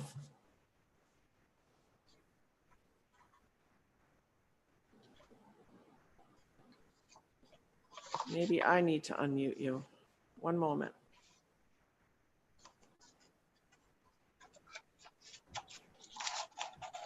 Okay. Oh, you just had it. Go unmute yourself again. There you go. Thank you, John. Okay, thanks. I'm looking at the August 20 revenue forecast 30 for fiscal year 21 with the 30 plus million. I'm curious, based on what we just heard, that the monies coming in are just about normal now as to what they were prior to March, and why that 30 million would show so drastically. The revenue forecast for gas taxes for 21 was minus 28.6. So I don't think that we are assuming, at least for this fiscal year, that they would be back to normal. I mean, we are forecasting a lesser impact in 22 and 23, but we are still forecasting a pretty significant hit to 21. Gas tax 28.6, special fuels tax 4.4. So, and then another 700 in license fees. So, what comprises the 30? So I don't think that we are assuming that we're quite back to normal yet In fiscal 21. in fiscal 21. Okay, thank you.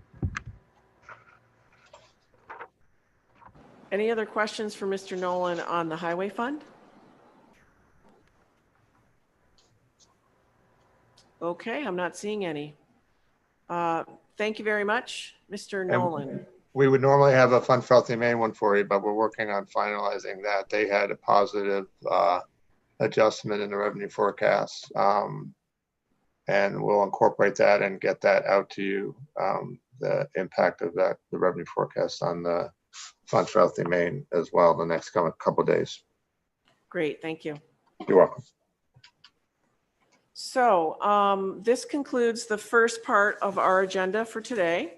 So we're going to move on to a report from the State Employee and Teacher Retirement Program. And I think we have either Kathy Morin or Sandy Matheson. So let me see if I can find them.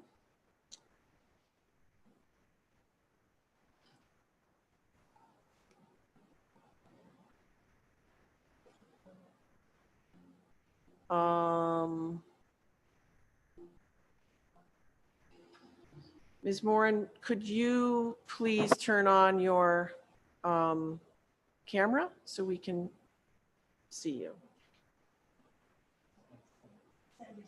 And Ms. Matheson is here as well. I know she was trying to get on. We'll give her a minute, Wonderful. maybe. There she is. They're both there. Terrific. Okay. Thank you so much. Can you hear me okay? I can, yes. Okay. Take it. The floor is yours. Okay. Let me find my things. Working remotely makes things a little tricky. I'm sure everybody's Yes. And let me, dealing with sorry, that. Ms. Matheson, I just want to point to the committee that we have a PowerPoint in our packet from you as well. Thank you. I'll start with that and go through it. So just a reminder that the state of Maine has 3 plans that they sponsor: State Employee and Teacher Retirement Program, which is the largest one, the Judicial Retirement Program, and the Legislative Retirement Program. And each of the plans have varying funding levels and histories. We value those plans every year, which means we recalculate what the funding level is. And every 2 years, the valuation is used. And this is one of those years. The valuation is used to provide new retirement rates on payroll. So the valuation is the process. It results in a document. Takes us about 4 months by the time that we recalculate, look at all of the liabilities, in our assets. We look at what's gone on with the population, age, longevity, retirement age, and this is going to become important: expected retirement age, expected turnover, those things that we're a little unsure of at the moment. We use our assumed earnings rate, which is currently 6.75, to discount the liabilities back to their current value. So we expect to earn 6.75 long-term. I'll talk later about where that rate may have to go. In this particular biennium, we earned 6.4% for the biennium, 7.4 the last year and 5.4 this year. So that worked out pretty well for us, fortunately. There's 3-year smoothing of gains and losses. And as of 2017, the Constitution was changed to allow for 20-year amortization of gains and losses. So what was the result of that? We won't have the actual valuation until October, but we do a preliminary valuation so that we can provide you with the rates that you'll have. And the funding picture actually looks pretty good. For the state teacher plan, the funding ratio went up from 82 to 83. That's 2 primary reasons for that is we came close to earning what we assumed we would earn, 6.4 instead of 6.75. And then also, this is a time where the more of the UAL is applying to the funding ratio from the 1996 UAL. And so those costs are starting to show in the funding level. The judicial plan and the legislative plan always stay well funded. Legislative plan, there's a lot of turnover. And so the reason it is so high is because of the turnover level due to term limits. So just a brief history of what helped fix the state teacher plan. It was less than 20% funded back in the 80s. And now full actuarial contributions are made. No new unfunded liabilities can be created except through experience losses and unfunded liabilities resulting from those experience losses like investment loss or additional turnover in among the population was changed from 10 to 20 years. So just again, a little history. We get asked these questions frequently, so please forgive me if this is quick. State teacher plan costs were $622 million from the fiscal year 2010-11 biennium. That was the intended cost. The recession created a 21% loss in the trust fund. So there was a change to the COLA, increased retirement age, and changed healthcare eligibility. The result of those were the costs ended at that time at $510 million. Since that time, we've lowered what we expect to earn. So each year that happens, we earn closer to the expected rate of return. That's the intention of lowering that earnings expectation. We've adopted a new trust fund allocation twice, and we're looking at another one again to limit the amount of investment risk we can take while still earning what we hope to earn. And then the amendment. So how are state of Maine contributions and rates of payroll calculated? The actuary creates the contribution rates from the preliminary valuation, which I just showed you at June 30th. And as a reminder, school districts pay teacher normal costs. The state of Maine is responsible for the 3 plans normal costs, the legislator, judges, and then state employees, plus all of the UAL. Reminder, only part of these costs come from the general fund. I don't know that percentage. DAFS is a better source for that. Some come from federal or grant funded programs.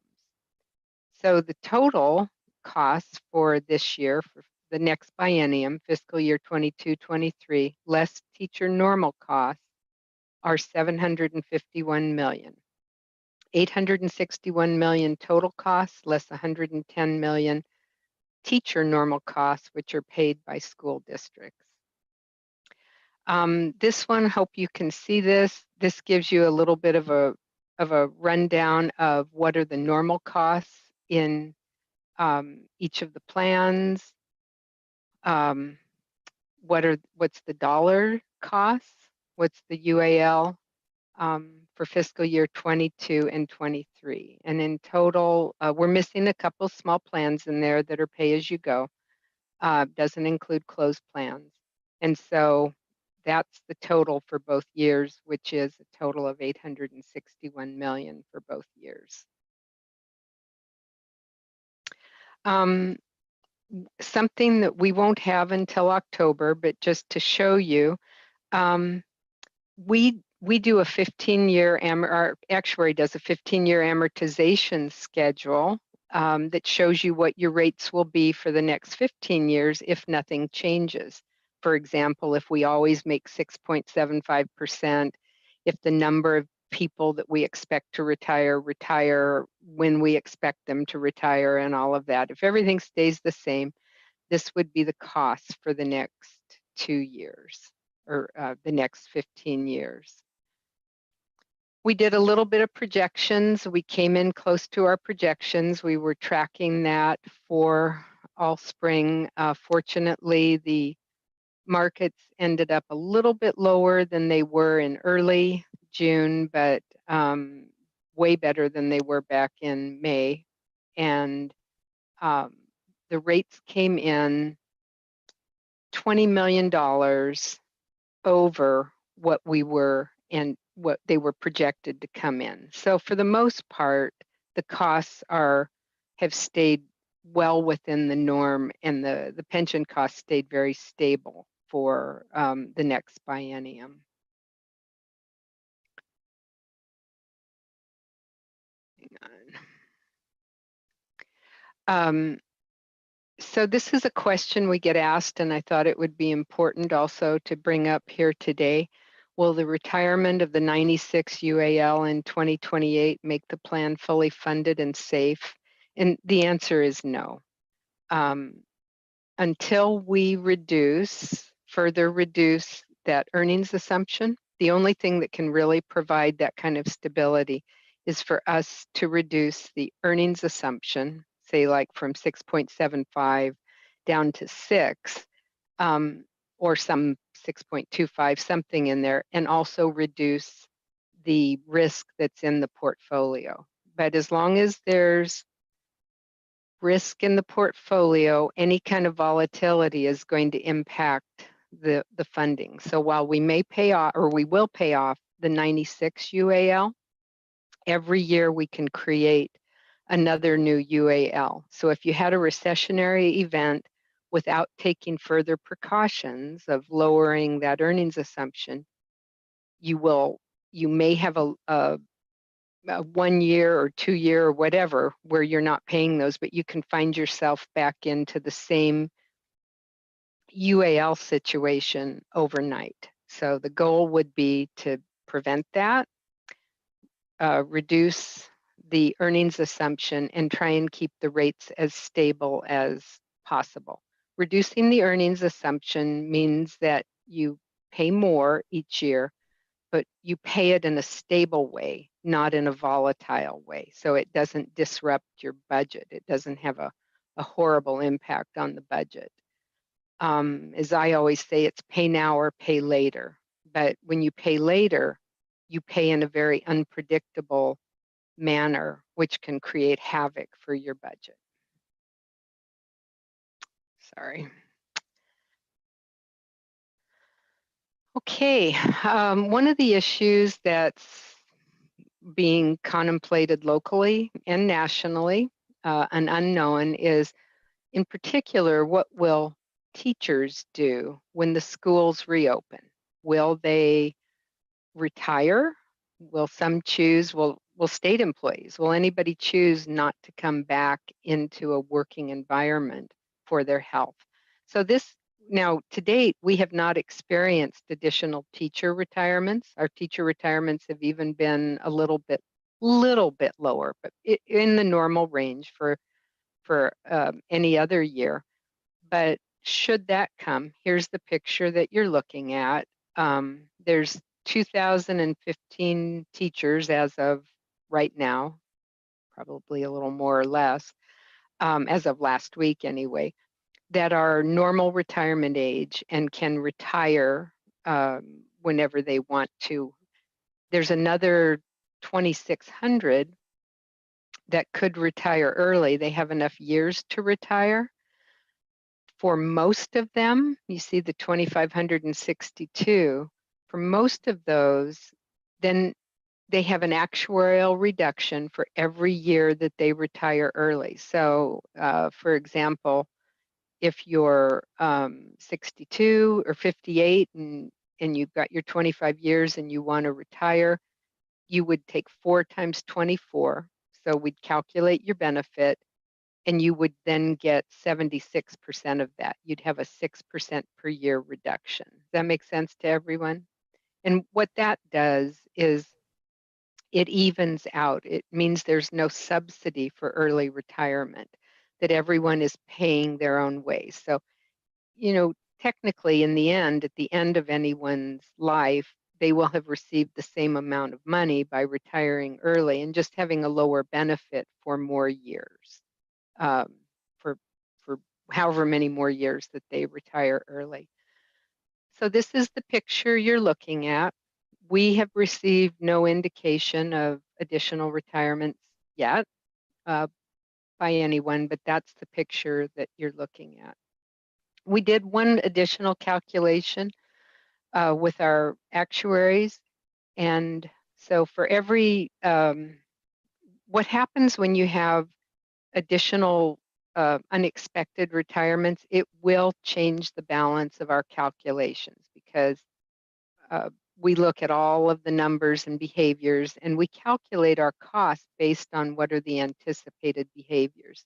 If the anticipated behaviors change, that'll change the cost picture.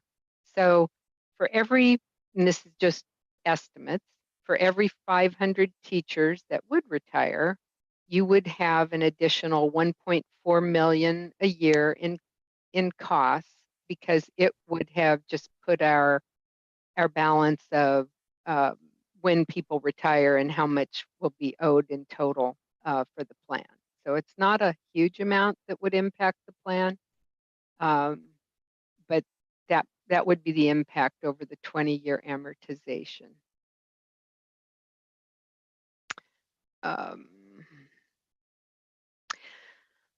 Other critical impacts to the plan. I think the impact that is most worrisome for me is what the health impacts might be to our members and how that may impact their desire, need, or the unknown to retire. No one is equipped right now to deal with the long-term impacts of COVID. So we and retirement plans across the country are struggling with how would we deal with that when it comes to disability retirement. So that's a concern. One way to address that, we have I think we brought it to you, but there's also a study that's to take place, although it's been delayed because for reasons that everything legislatively has been delayed, on how to implement a long-term disability insurance program. We think it's a fantastic thing to do, to have a bridge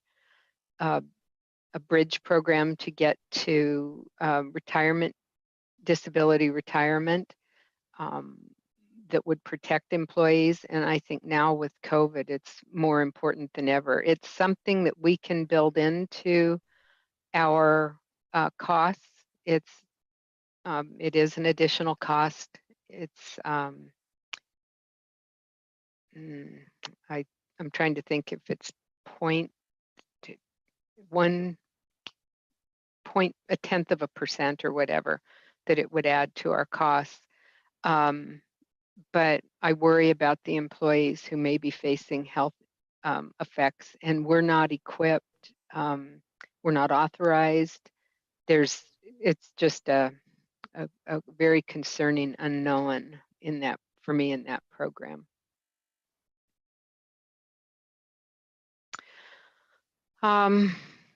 And I think that that's it. The cost picture is stable.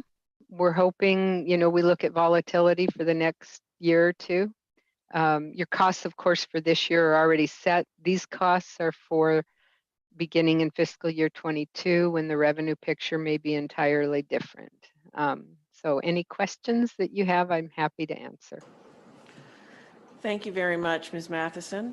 I see Representative Peirce's hand up. Any other questions at this point? Representative Keschel. So we'll do Peirce, Keschel, and then Jorgensen.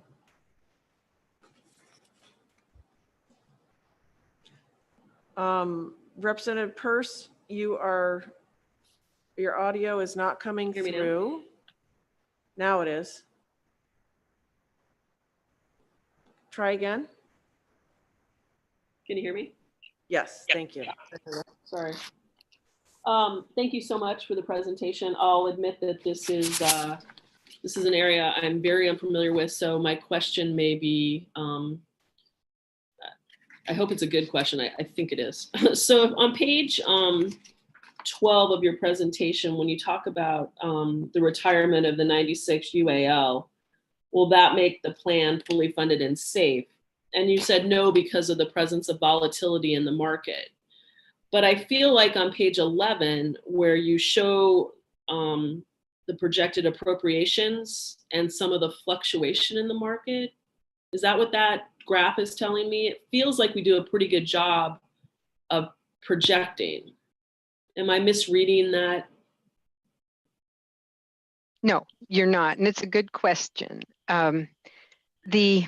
The graph on page 11, and I do that every 2 years for either the legislature or DAFs or who's ever looking at costs.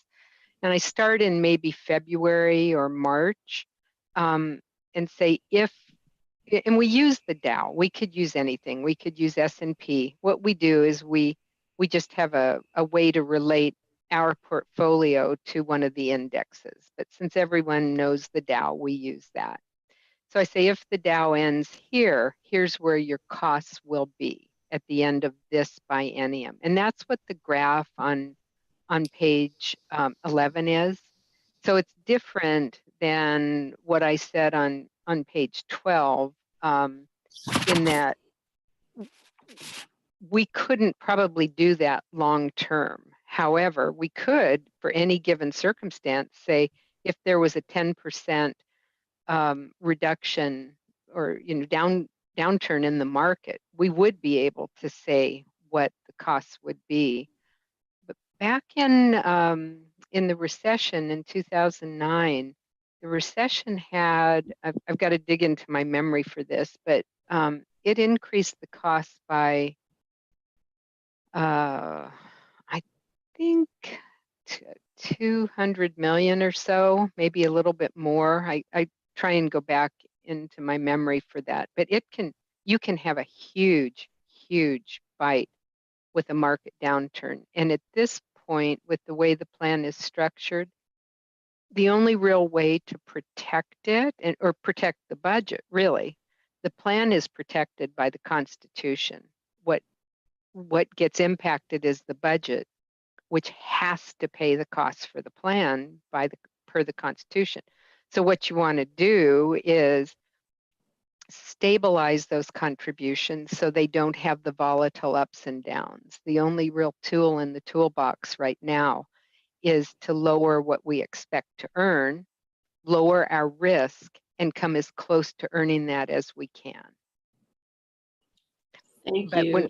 When we lower what we expect to earn, that just means you pay more upfront in annual costs. And I bring this up because I've been told by multiple sources that there's folks in the legislature kind of counting down to 2028 to looking at spending that money. And it would be a real problem. So if that happened, because without lowering our discount rate or our earnings assumption, those costs will go up at some point. So thank you. I remember thinking when the S&P was kind of in free fall in March, right, or around there, that this really would impact us. So it rebounded nicely. Of course, the future, we don't know. And then I had just one more comment, I think, than question, although I have a small question with it. I really appreciate on your last slide, thinking about the long-term disability insurance and related to COVID. I can't tell you the number of teachers I've had come, like, reach out to me about this very issue. Like, you just don't know what the health implications were going to be. I'm Right. wondering, that you said it was 0.1%, So- or in the future, if you just get us that number, that would be great. You don't, if you don't want No, to. I can. The only reason I'm stumbling over it is that it all depends on how you structure your long-term disability policy. Do you do it with a copay with employees? And we have all of that. We did quite a significant study. I'm 2.2 million sticks in my mind as a cost, but that was for a particular scenario, right? So we can do multiple scenarios, and I am more than happy to bring that information back to you, because I realize it's an additional cost, but I just can't fathom the difficulties and costs that are incurred without doing that in this environment. So I'm happy to bring those back. Thank you. Thank you. Representative Keschel and then Jorgensen. Thank you, Madam Chair. Director Matheson, you probably have heard this question from me before, and it has to do with the UAL payment and the pay down in 2028. There's about $340 million that doesn't have to be paid for the UAL. What happens, I think I know the answer. What happens to that money? And my concern is that in the 126th legislature, I voted for changes to the retirement system that impacted a lot of people, including myself, but I'm really speaking for the other folks. In that they were capped in terms of the annual increase going against only the first 20,000 versus their full earnings. And the cap on the percentage increase was dropped to 3%. So I'm just wondering, given my previous questions, we've talked about this, what is going to happen to that money? And is there any way we can use the fact that it doesn't need to be paid to help benefit the employees who are actually paying that? Is there any way to protect that fund? So, yeah, so you're absolutely right. The dilemma, actually, it's a bigger dilemma for you. From our perspective, we do everything we can to keep your costs as stable as possible, especially after 2009, where COLAs were cut because costs weren't stable, right? The costs went up so much. So we have really worked to keep the costs stable. And that really is in some ways your issue, because if you're willing to accept widely swinging volatility, then that's okay. The Constitution guarantees that we get paid no matter what, but we can have the huge impact on your budget. So what we try and do, what we've been on a path to doing, is lowering that earnings assumption. When we lower the earnings assumption, contributions go up. So that's a way of saying, as that UAL pays down, we're increasing the contributions in order to help keep the cost stable by lowering the discount rate. Now, so that lowering the discount rate over the next 6 years will take up some of that money that you're not spending today, because it'll just change the spending pattern for the plan. You can also look at using it if to increase the COLA. We've provided that information over the years. There was a bill last year that guaranteed the COLA. That takes away any other mechanism for moderating the cost fluctuations. So it's a huge balance between your budget, market fluctuations, volatility, and how we manage the trust fund. So, you know, that's the answer that I can give you is, yeah, can you spend it other ways, like increasing the COLA? Yes, you have to think about what's the volatility and your ability to pay when there's market ups and downs. Well, if the money were to go to stabilizing the fund, that's one thing. My concern is that there may be attempts to use that money in ways that have no impact on the fund or the individuals that are being paid by that fund or who have. I agree. Yeah, That that's one how way, I introduced that topic. yeah, because otherwise it could be spent on other programs that we still have the volatility in the fund, and we still have the retirees who have actually lost significant portion of what these are retirees who retired before that amendment was passed, who had no ability to increase the years of service or anything. They were impacted. They had planned on a set amount of money coming in, and suddenly that all changed. And that happened. And it happened for, I mean, I voted for it. I knew it was going to have a big impact. But as I see this us getting to the point where we're paying that off, I'm thinking to myself, well, there could be elements working to spend a lot of that money for other programs, not to help the retirees. Perhaps maybe good programs are bad, I don't know, but certainly not to stabilize the fund. And that's what I want to protect. Yeah. No, I agree. That's we're coming from the perspective of stabilizing the costs in the plan, which can only be done by lowering that discount rate at this point. Okay, thank you. So Representative Jorgensen and then Representative Millet.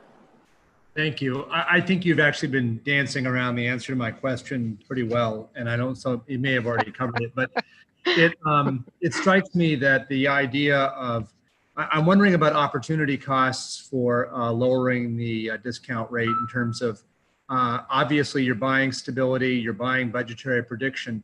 Is there any kind of a potential downside to the members of the plan by, you know, if you make those decisions, are they losing out in terms of, if you'd had a different investment strategy, would they be making more money as retirees, or is that something that's totally not related?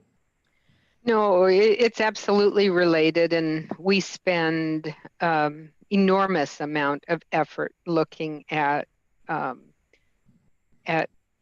markets, what we can do. In the end, it comes down to it all evens out in the end to a pretty simple formula. The more risk you take, the more volatility you're going to have. The interesting statistic is, on average, all of the retirement systems earn the same amount over 30 years. And then you go down to 25 years and 20, and you'll get differences when you get into the 1 to 5 year ranges. Some, like this year, we're closer to the top of the earnings range, right? Because we're a little bit, because we're careful.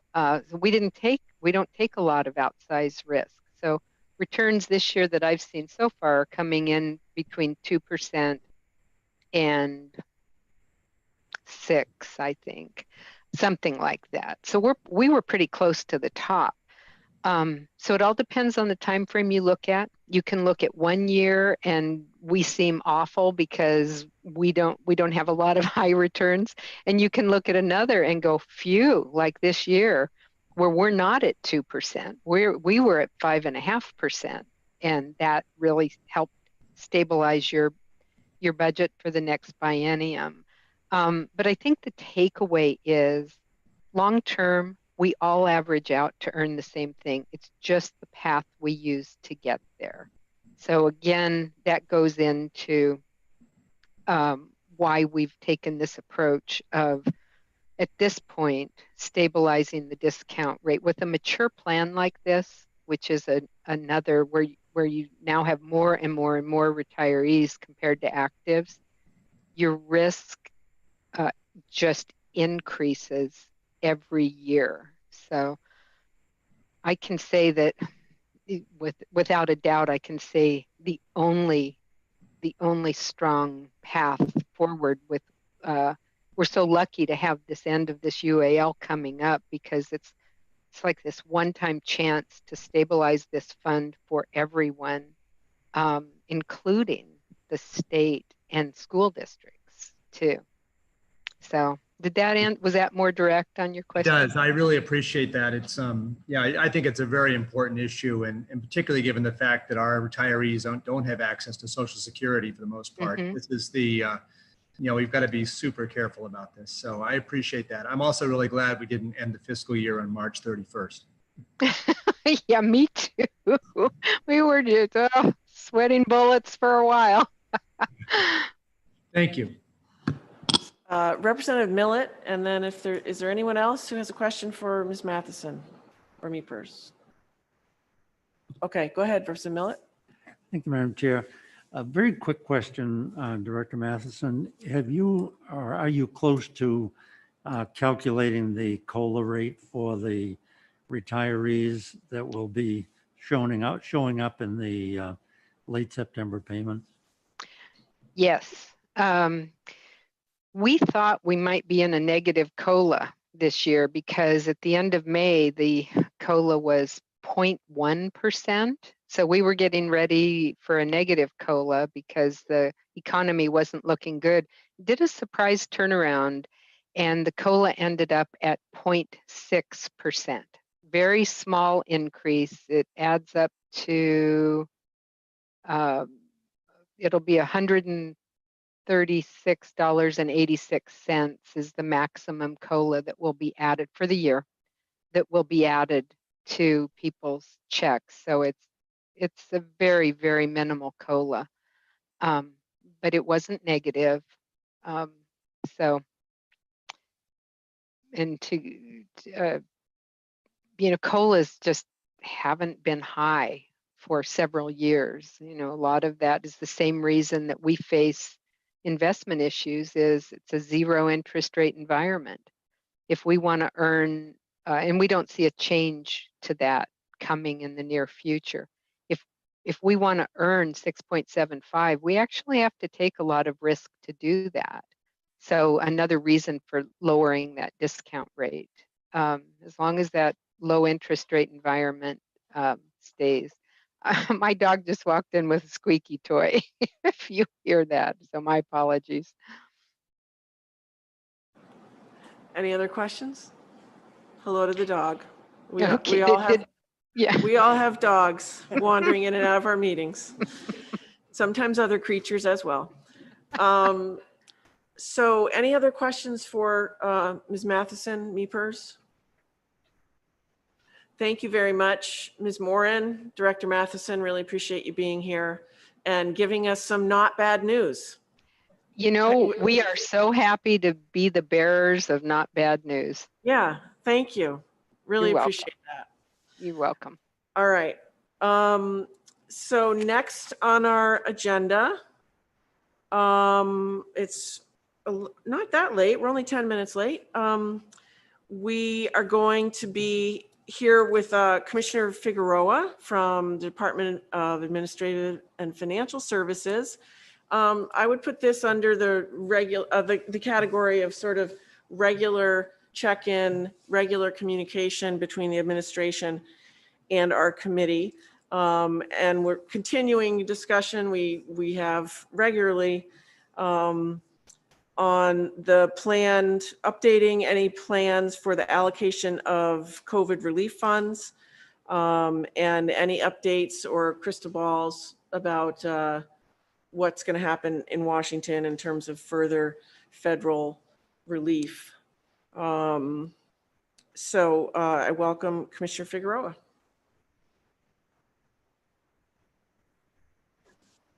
Hi, good afternoon, everybody. Good afternoon. I did understand the agenda to be an update on CRF, and I feel like I did a very comprehensive update last Monday. So I think this will be pretty quick. We updated the spreadsheets over the weekend. And so I just hit send to Maureen. So she'll be getting those links to you, but they have been uploaded to the Bureau of Budget's website. Excuse me. The last week when I spoke, we had committed nearly $584 million of CRF. That number now is closer to 604 million for the following reasons. And the announcement about an additional $1 million for community supports that was made by the governor at the end of last week. A commitment of $5 million to rent relief, which was announced by the governor at the end of last week. And additionally, an increase of about 15 million for personal protective equipment for the CDC stockpile. The national effort to help states with their PPE has been less than organized, and it's become more clear that when we have opportunities to buy some things, we should buy them. An opportunity came up recently, and we took advantage of that, and the amount was close to $10 million.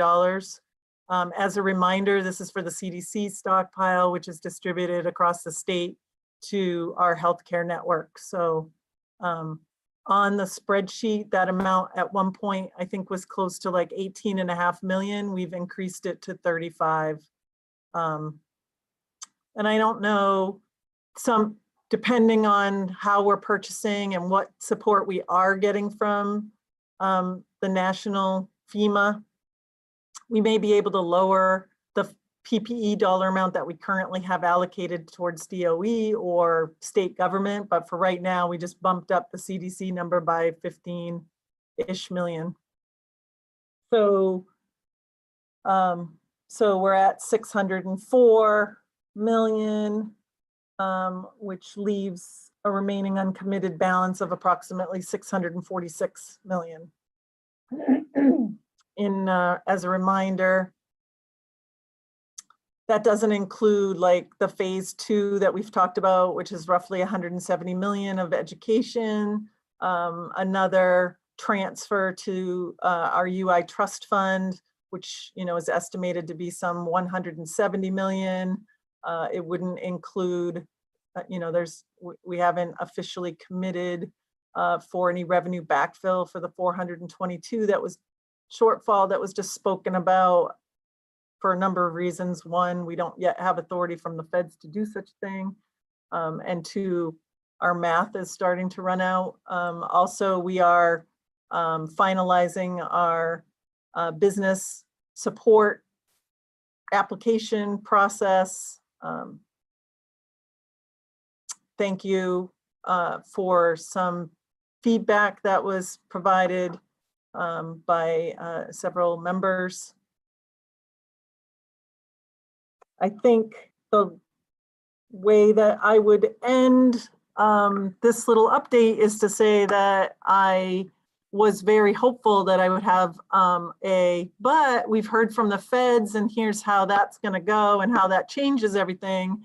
And as you are as aware as I am, they unfortunately have not acted yet, although I would say that there are lots of conversations happening about a number of items on our list, including education and higher education, business support by an extension, let's say, or even an expansion of the PPP program, continuation of some version of the unemployment programs and additional weekly dollar amounts, as well as additional funding and flexibility for state and local governments. So obviously, we continue to monitor that closely and look forward to the announcement of more funds to help the nation through the pandemic. Great, thank you. Any questions on Commissioner Figueroa's update?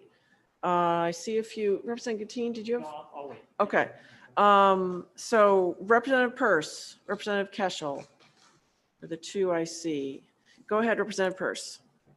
Thank you, Madam Chair. Thank you so much, Commissioner, for your continued updates and the spreadsheets. I really appreciate it. I also appreciate sort of systematically how you've addressed some of the needs, going through like giving the money to the schools so they can go out and get ready, then working on the business plan. I know that we all wish this were all going a little quicker probably, but I appreciate the attention to it and the systematic way you're sort of addressing it.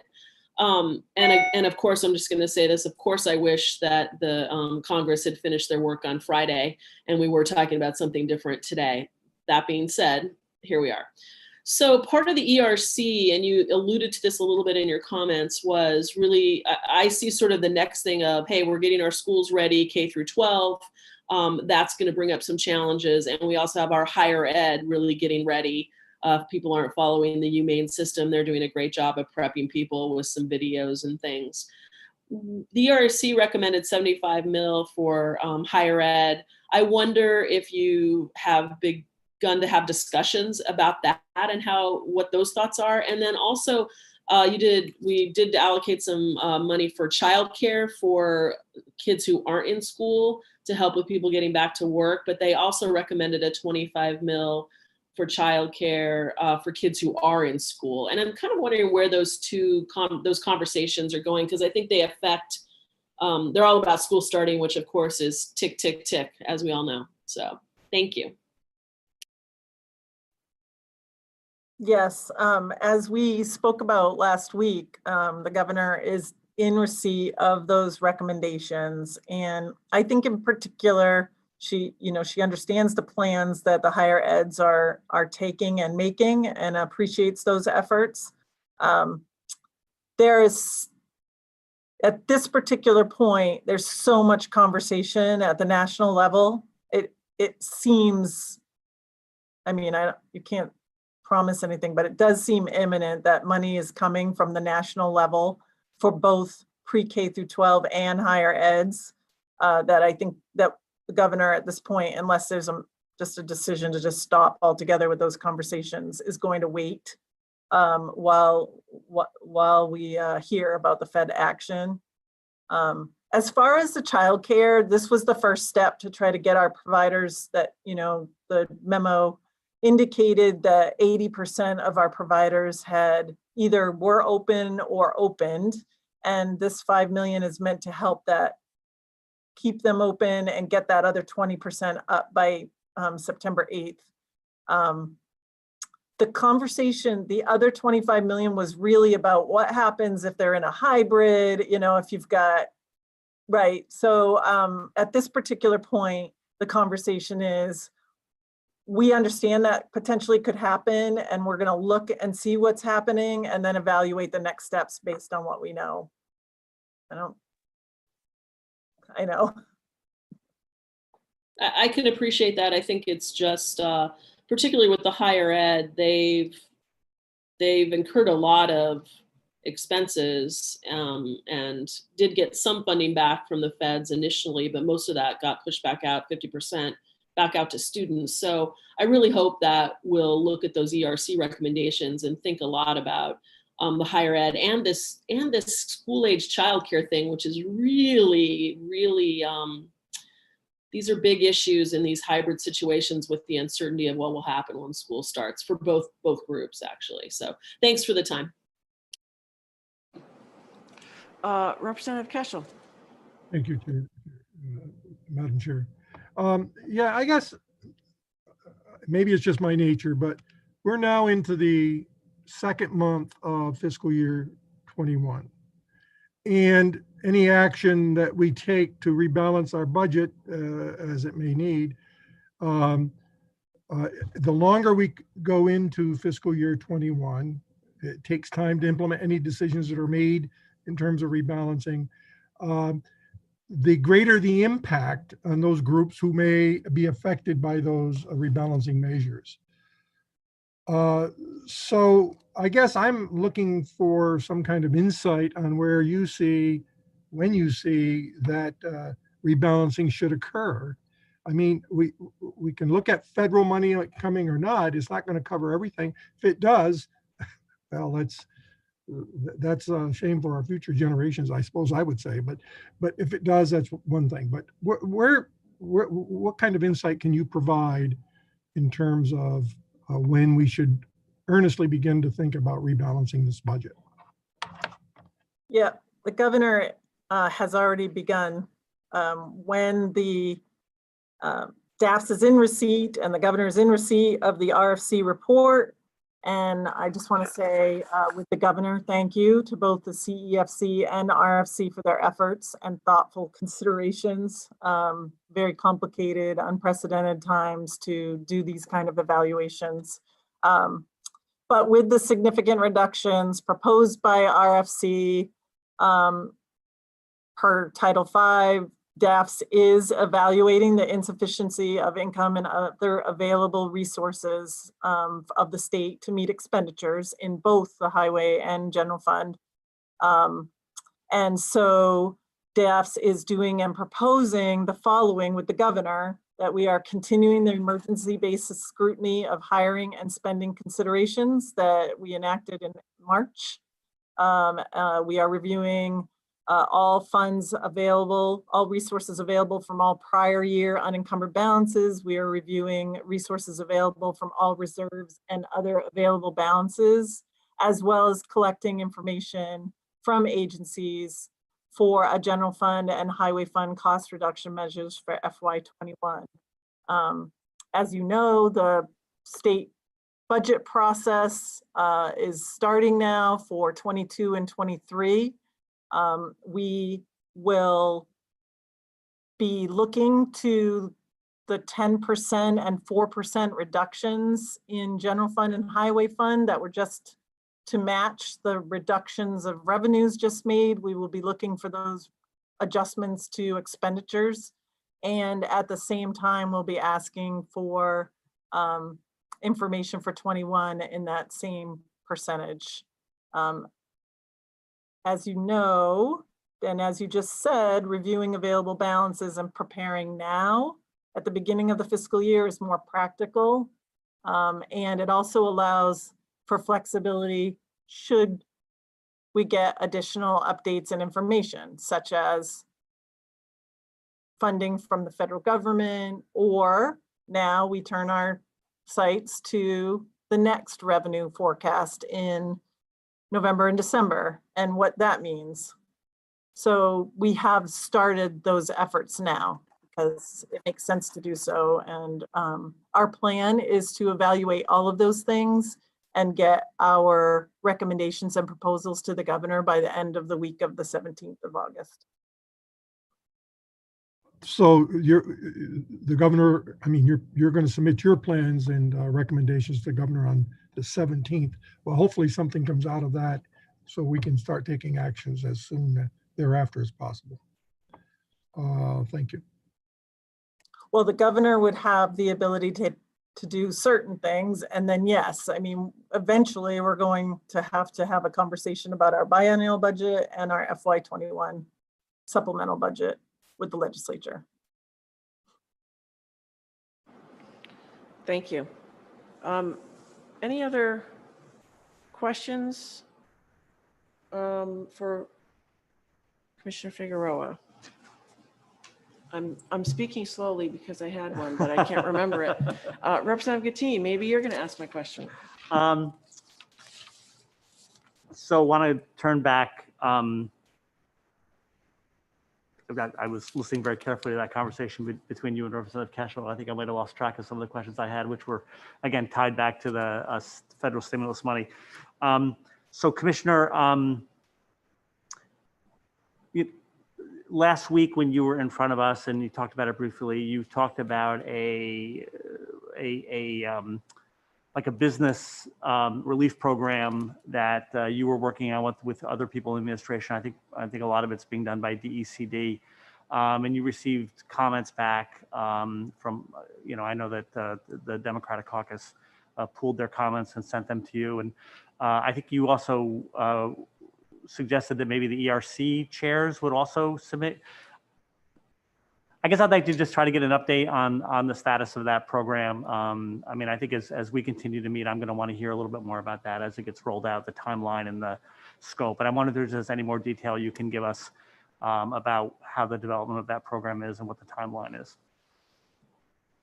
Right. I think we talked last week about, we did ask for feedback as of the end of last week, and we did receive some, as you indicated, from a segment of this committee. And I don't know if we received feedback from Economic Recovery Committee yet.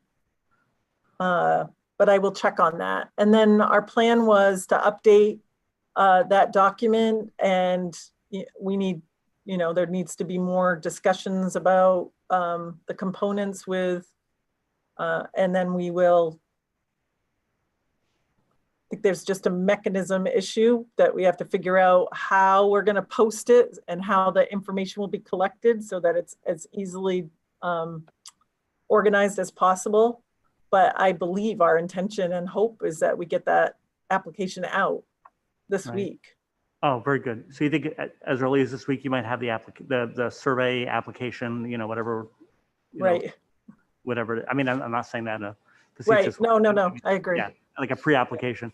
Yeah, I think. I mean, again, so I mean, we had this conversation that we've had ongoing here about economic recovery and the use of the federal funds that we have, and then we have, of course, now this much more real conversation about the state's revenue forecast and what our prospects are for this fiscal year and going into the next biennium. And to me, the connection between these two conversations is what's going to drive state revenues going into the future is going to be economic recovery, right? So to me, making sure that those recommendations are implemented in a way that's going to drive economic recovery continues to be important. And I'm sure it's important to you too. I'm just sort of saying this as a statement, which is why I just seem kind of fixated on implementing those recommendations.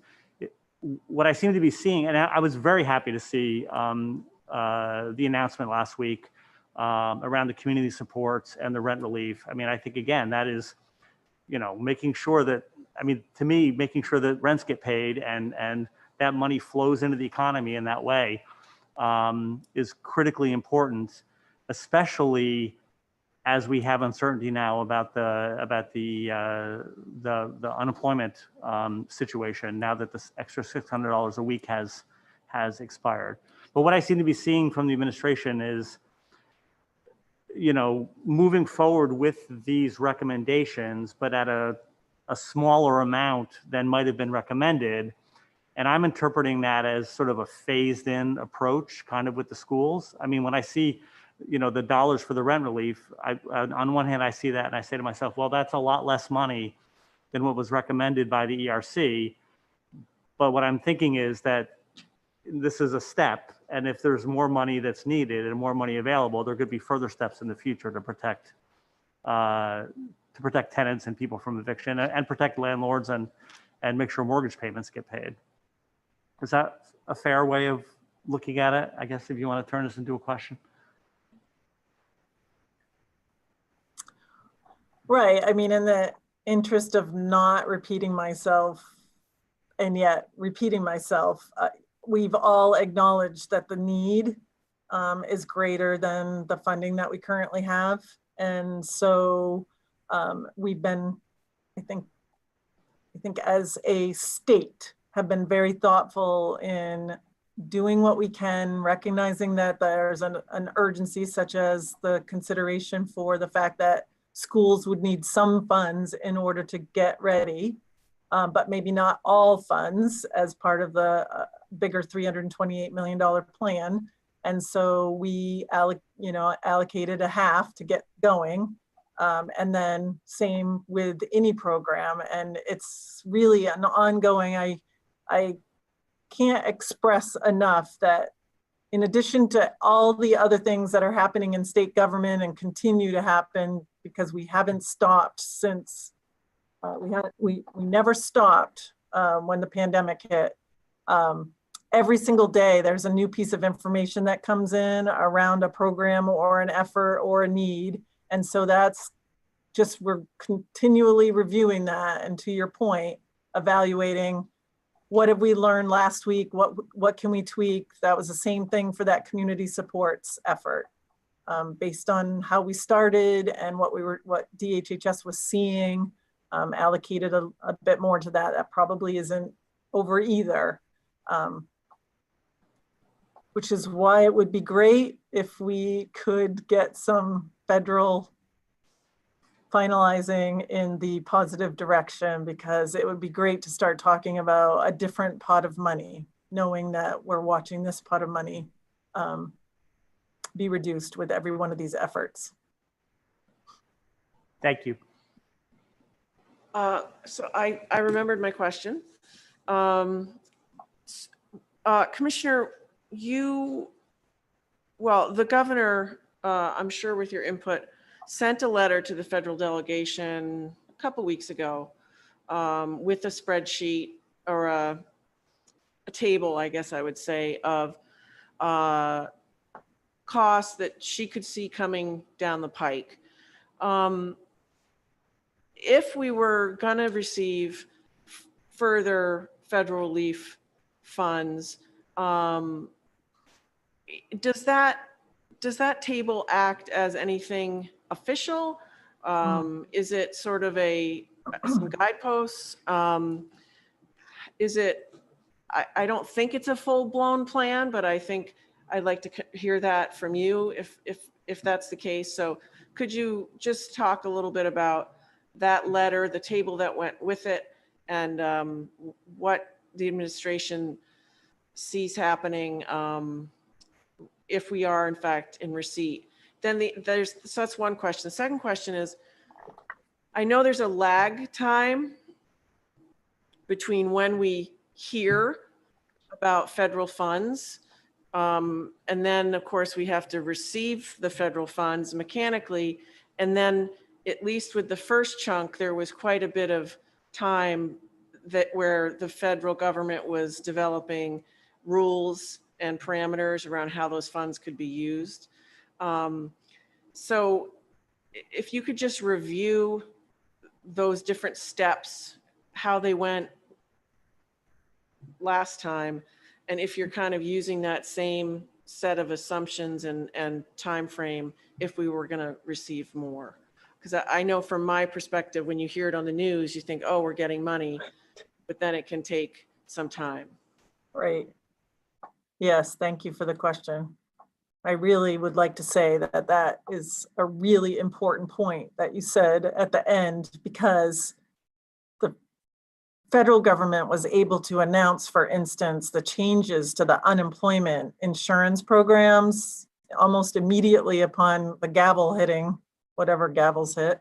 And yet the Department of Labor didn't get guidance for weeks and weeks. And that's very confusing to people. And so now, I am an optimist, so I'm just going to say, like, we've all lived through it the first time. So my hope would be that some of the considerations that the federal government are currently thinking about right now would be similar to things that they've already done. And so there wouldn't be a need, for instance, the additional $600. It feels relatively, well, it would be super easy to continue the $600. And it seems, and I hope I'm not saying something that's wrong, Commissioner Fortman, but I think it would be also easy to adjust that to a lower, to a different amount, higher or lower, versus having the feds decide that they were going to do yet again, an entirely new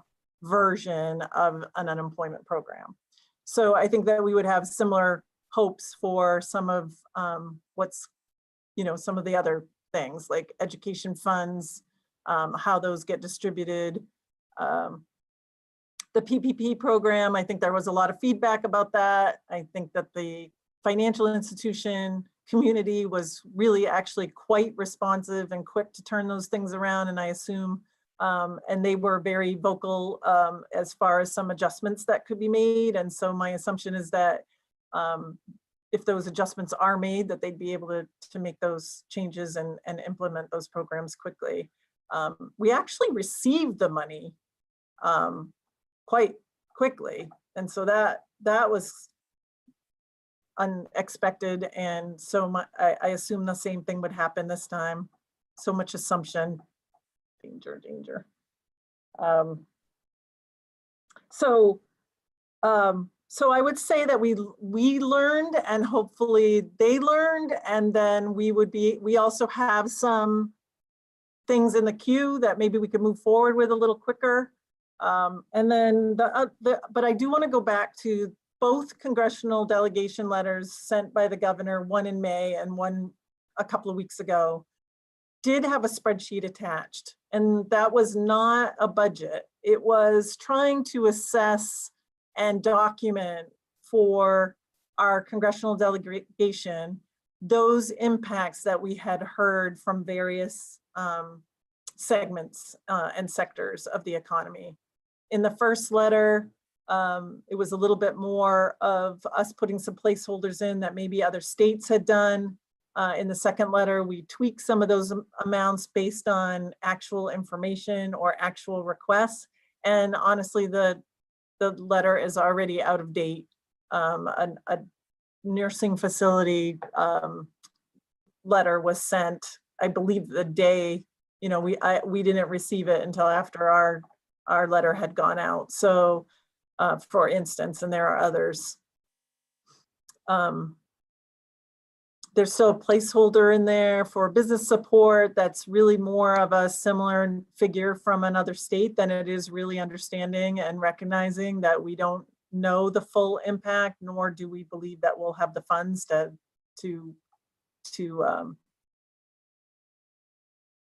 cover the entire impact. So we've continued to use that figure in both reports, but it's more about trying to help everybody understand that even Maine, who was in a very, solid financial position when we went into the pandemic, we don't need funds to backfill our retirement system. Our unemployment system was ranked 11th in the state and able to go many more weeks than a number of other states who have already had to borrow to backfill, to show that even a state that was solid financially, $1.25 billion wasn't going to cut it. So that continues to be the purpose of that sheet.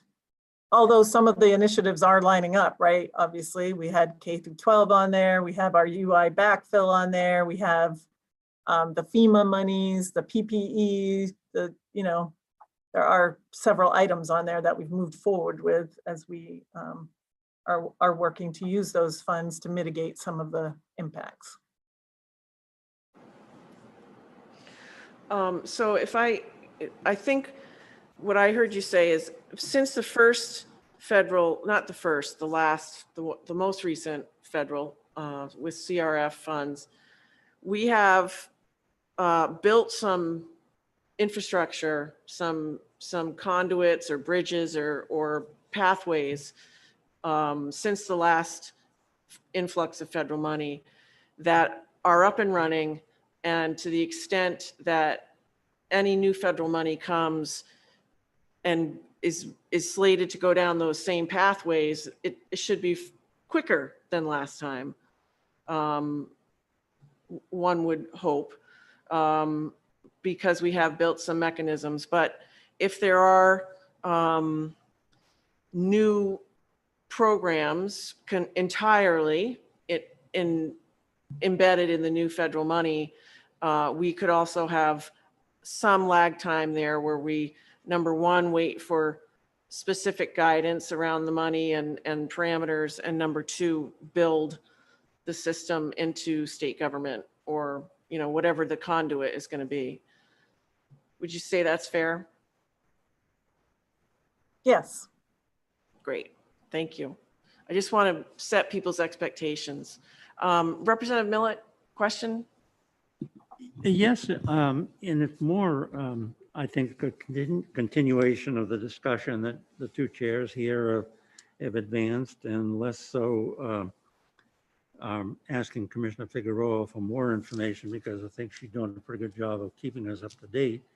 But a continuation of where we were last week, where we are right at the moment, the uncertainty that continues to apply to the variables that we were talking about less than a month ago when we said we need to hear what the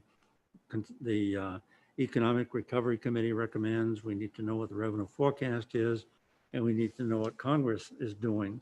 Now we have information. When we have the report from the ERC and a discussion last week, which we here among us and those on remote mentioned several areas that probably need more attention. Agriculture was mentioned, higher eds were mentioned then and again today, hospitals and other healthcare providers. We know the business application is in progress, and we're going to hear later today from municipal and county people. And we heard in the forecast that prepared food and lodging have been a key part of the economy that suffered in the last few months, and that workforce will not recover where we were until beyond the next biennium. And Kirsten is talking about they're already getting ready for the biennial instructions. So there's an overlap of the short-term $422 million problem plus for 21 and the longer-term plans for 22, 23. So I guess all I'm saying is I think we need to continue that title as the focus of future meetings of this committee, because when we know what Congress is going to do and how it plays out, how it relates to the $1 trillion expectation built into the forecasting, is really going to guide us and our colleagues upstairs on what happens next. So it's not a question really, it's just a matter of, I think we're making slow progress. We're starting to realize that, as I said last week, uncertainty is the enemy of short and long-term planning. And we still get that one big variable that's uncertain to all of us. So we just, I think, need to continue to keep focusing on what that information provides and how we use it to address the topic that's before us at the moment. Thank you. Representative Gattin. Yeah, I really appreciate those words from Representative Millett. I mean, it seems to me, again, having this conversation today and hearing the report that we got back, that you know, over the next few months, tracking what actual revenues received in July and August and September are going to be really something I'm going to be keeping my eye on as we try to see, you know, based on what our assumptions are, or, you know, are baked into the revenue forecast around the summer tourist season, whether we do better or worse. You know, here we are, we just got the revenue report last week, but I'm already really interested in seeing what actual July revenues end up being and actual August revenues. Again, you know, I think it was mentioned last week, you know, the Democratic caucus on this committee has expressed, you know, some general support for the recommendations of the ERC, you know, with a couple exceptions, a couple questions, you know, that I think we're going to continue to track. And I do think as a committee, as we continue to meet, I do want to continue to have an open conversation and would certainly, you know, welcome further conversation with the Republican caucus about, you know, their point of view about the ERC report, and you know, what pieces they agree with, don't agree with, how it should be implemented. Because again, I think over time, those two things are going to continue. You know, the use of the stimulus money is going to continue to drive, if it's used appropriately, our economic recovery, which ultimately will result in a better revenue situation. I mean, obviously, nobody would look at this report that we have in front of us now as any flavor of other than very bad news, and is going to present a lot of challenges starting now, really, and moving forward. Could I did hear that the ERC committee chairs have submitted some thoughts on the application that we spoke about earlier. And also, if I could just say that I appreciate the quote about planning and uncertainty, but I do want to say that there, although we still are in, and I believe will be in, uncertain economic times for a while until we can get until nationwide the pandemic is under control, I do believe that there has been a lot of thoughtful planning and action to date, and that I would just anticipate that we would continue to do that, including, including the actions that the legislature and the governor took in March were the first step, and allowing that left $106 million, so that our $528 million is not 528, it's 422. I know that math, 422. Also, the spending and hiring restrictions that the governor put in place immediately that are still in place, the strategic uses and timing of CRF, and the efforts of the Economic Recovery Committee as they're thinking about the future now. They've gotten past that first report and now are thinking about the economic future and opportunities for the state. Are also, all planning that's happening even while we're waiting for a rather large unknown. Looks like Representative Keschel, Representative Jorgensen, did you have your hand up? No. Representative Keschel. Yeah, Commissioner, you've mentioned a few times some of these curtailments or cutbacks, or they're not formal curtailments, I get it, but measures that the administration has taken to save money. Is there a way we can get an estimate or some sense of how much savings that has accrued to date? I'm not sure that we're going to be able to specifically say what was. What I can say is that as part of the effort that we're doing now, I mean, we have significant unencumbered balances forward. We have some reserve balances that Chris Nolan spoke of earlier. Just those are larger than they would have been otherwise. I don't know that we would be able to quantify exactly. I'll look into it though.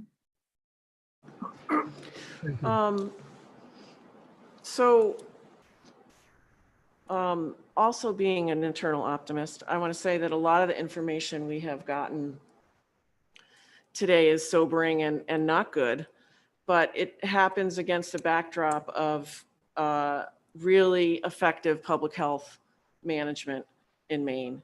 And a lot of the credit for that goes to the administration and to the Maine CDC, to all of the businesses, all of the schools, every community in the state, all the amazing healthcare system that has stepped up. And I can't say in strong enough terms that the number one thing that's going to drive our economic recovery is a public health recovery. And all of us have the potential, the responsibility, and the opportunity to keep those numbers in Maine going in the right direction by the way we conduct our own lives and businesses. And, I often feel like in times like this, well, what can I actually do when you're hit with a lot of this sort of out of control, unstable information? And the one thing you can do is keep yourself and your family and your neighborhood and your business safe.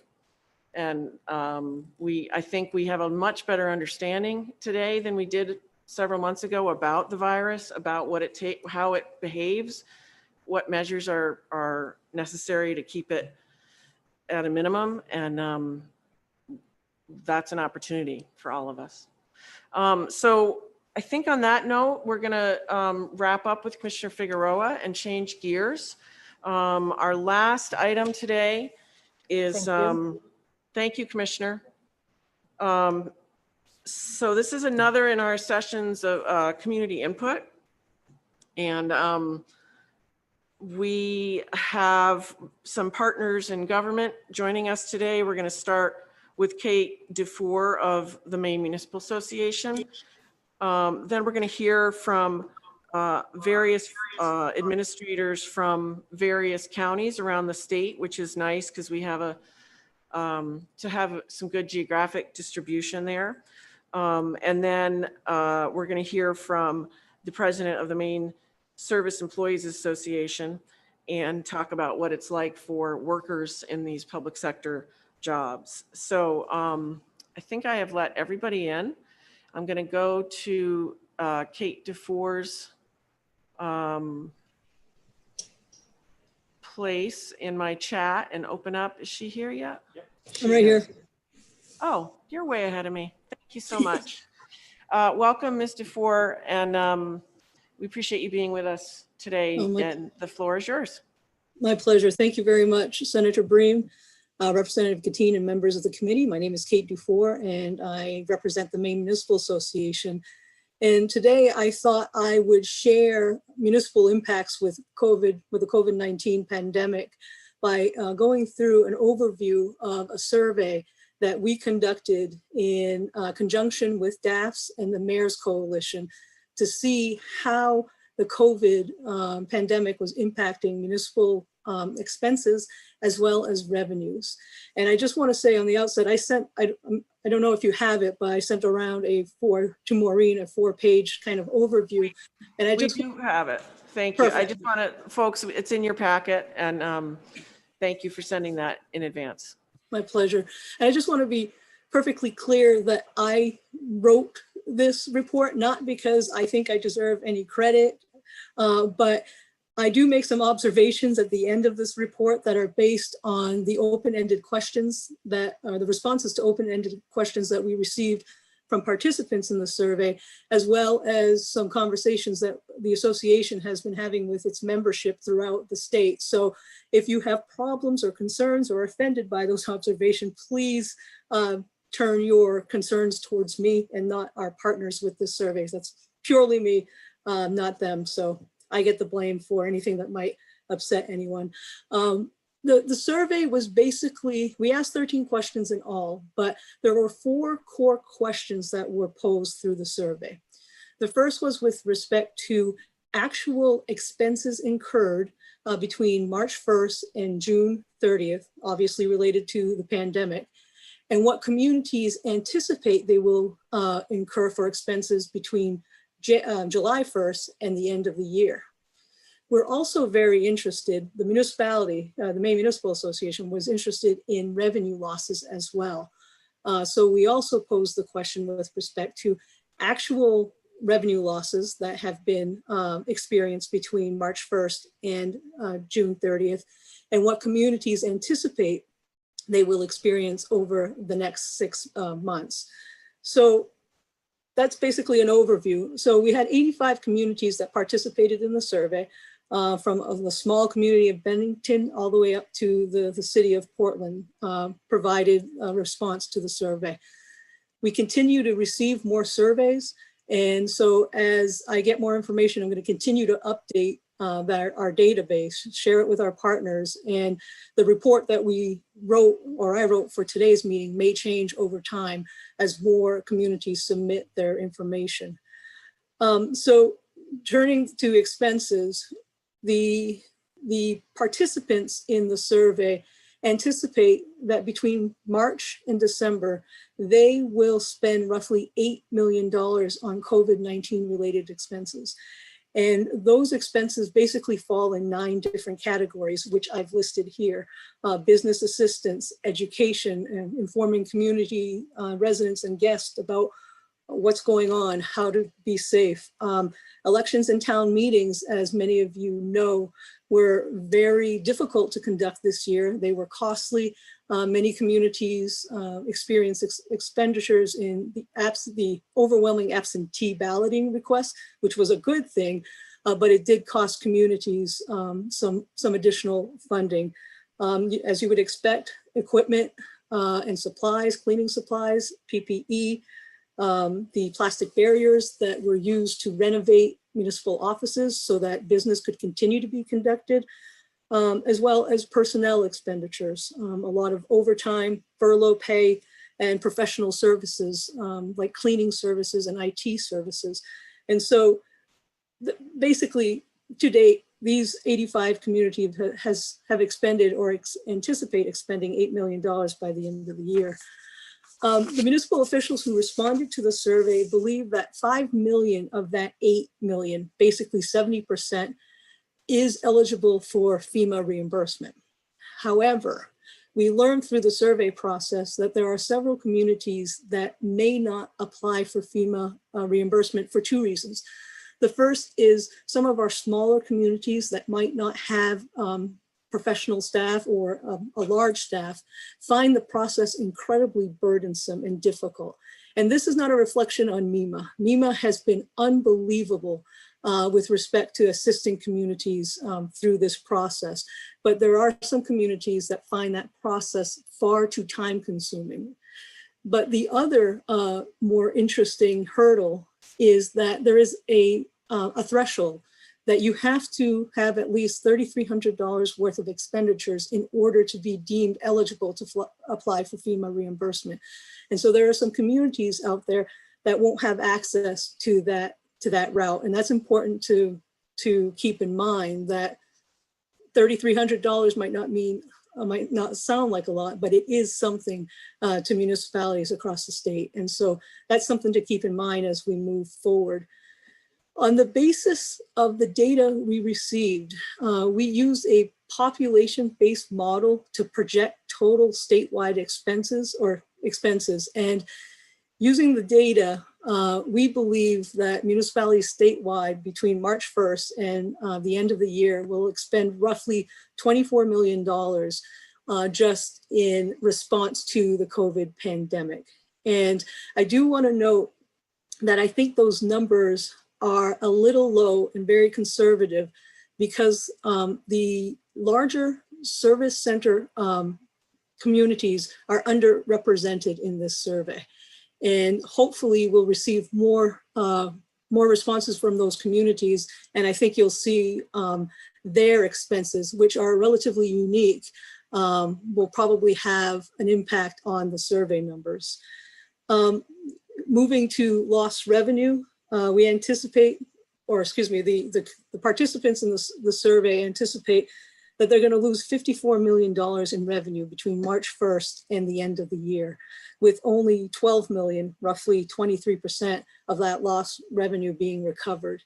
And so this is incredibly important to some of the conversations you had this morning, encouraging the federal government not only to provide direct relief to communities, but to relax those strings so that it's not just for expenditures, that we can actually kind of replace those revenues that we are losing because of COVID.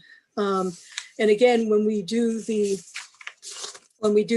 projections, we think about $146 million in lost revenue in that 9-month period.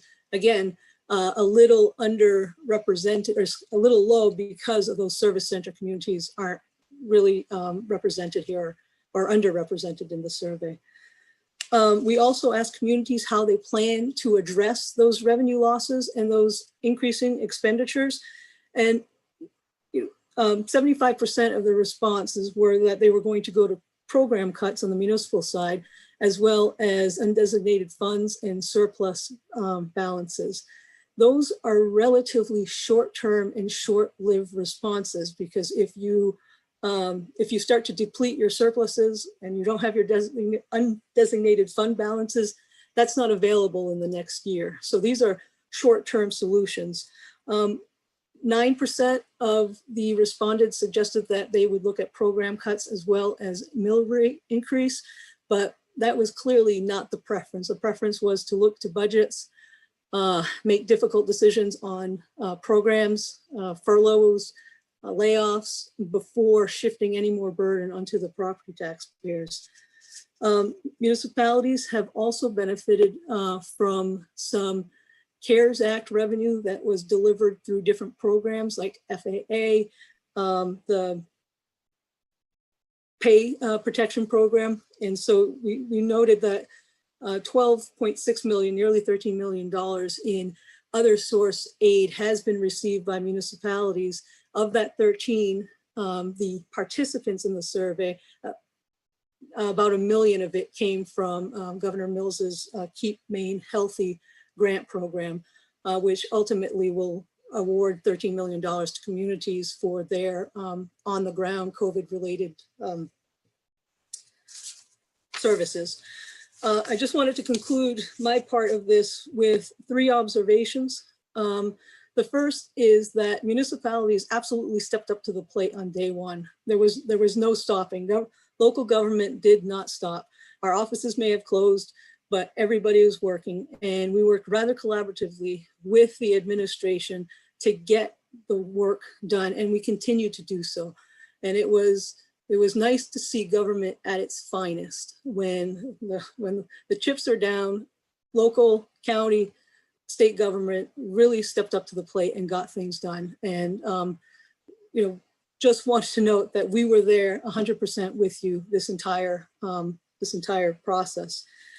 The second is I have to give this sitting legislature and this administration unbelievable credit for what you have done for the property taxpayers. You've made unbelievable changes to restoring full funding for the revenue sharing program. The steps are there, they're in place. The homestead exemption not only increased, but the reimbursement provided to municipalities also increased.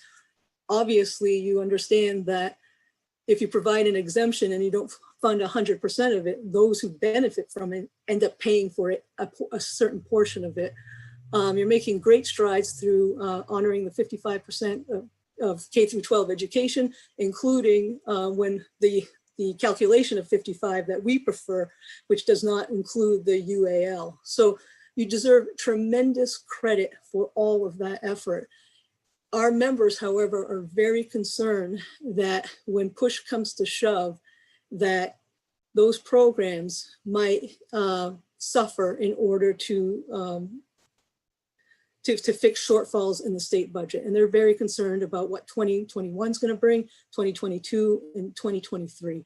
But just so you know, that's of grave concern to municipalities. And just shifting burdens from all taxpayers to the property taxpayers is really going to have an adverse effect on municipal well-being and the health of our communities. When you think about it, I know many of you have served at the local level, either on a council or a board or as a manager or a budget committee. And I think you understand how the process works. We wait for the county assessments, we wait for the school assessments, and then we build the municipal budget around whatever is left. So if more pressure is put on municipal budgets, that's less that we can do for the residents and businesses and citizens of the state of Maine. So thank you for this opportunity, and I'm happy to answer any questions if you have. Thank you very much, Ms. Dufour. It looks like Representative Jorgensen has his hand up. Is there anyone else? Go ahead, Representative Jorgensen, and then Hurst. Thank you very much. Really good to see you, Kate. Thanks for your update. This is helpful. I am troubled by the lack of involvement overall by service center communities. And I think your point about that may not be the complete story is a very important one. I mean, in Portland, we're experiencing what can only be described as a homelessness epidemic that's just erupted. And I would like to know more about how things like that are happening in other service center communities and what's being done about that and how those needs are being handled by those other towns. So I appreciate your efforts to try to, I would like to know if you know any more about that, but also I really appreciate your efforts to try to fill out this survey to make it more representative of the whole state. With respect, I think with respect to, and I'm not throwing our members under the bus, I think if you think of the service center communities, they have had a lot to deal with. The pandemic has probably hit them some of the hardest. A, B, they've had to deal with racial tensions, and now, as you pointed out, a homelessness issue that's really surfacing. And I think maybe with a little more time and a little more encouragement, we'll be able to fill out that data. With respect to the issue that is happening in Portland, I have I don't have any information as to whether or not it's happening in other communities, but we know the racial tension issue has hit some of the state's largest cities. And thank you. And I don't want to imply that I think anyone's slacking on trying to respond to this. I get that completely. I really think it's important though for you to remember. Yeah, I appreciate the fact that you're keeping in mind that we aren't hearing from everybody yet. Thank you. Representative Peirce.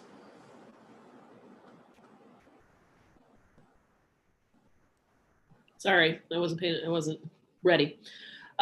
Thank you so much for providing this information. I actually had sort of the same comment as Representative Jorgensen, and wanted to know a little bit more about those groups that weren't participating in this, and hope that you might come back once they do and maybe share a little more of the, can you not hear me? You can hear me?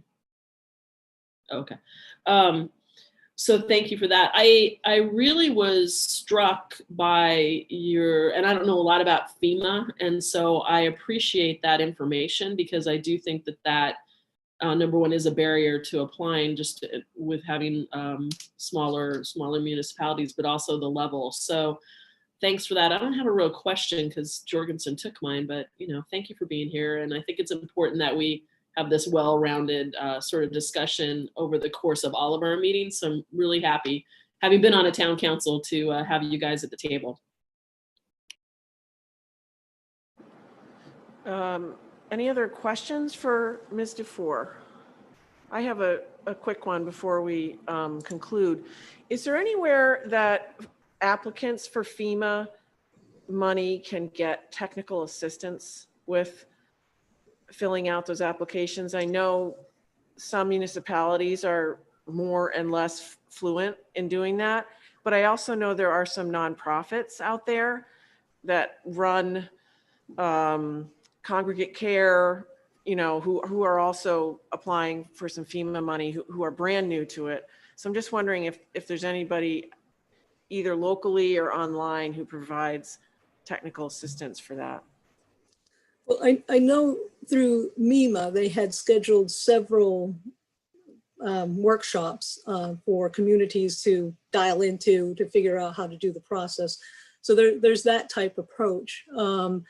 If we could find somebody, I mean, the association has tried to be incredibly agile in this new environment. And, within the first couple of weeks of the pandemic, we had done a Zoom meeting with respect to how to budget in these uncertain times. So we have that flexibility, and it may be something that we could partner maybe with counties or MEA, and maybe we could put on some sort of program that would help communities apply, maybe with MEMA, EMA, counties, municipalities, and just help them put it in.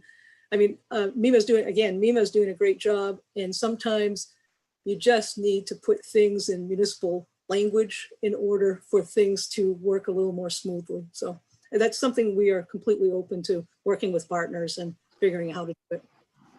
Thank you. It looks like Ms. Kipfer has something to say on that topic. Yes, please reach out to your local county. I know that Lincoln County reaches out to the towns to help them with FEMA applications. We have done that for several years now, and we've done it with this most recent pandemic. So please use EMA as a resource. Thank you. And I just wanted to echo some things that Ms. Dufour said, and thank municipalities all over the state and county governments that have absolutely stepped up. We've seen it all.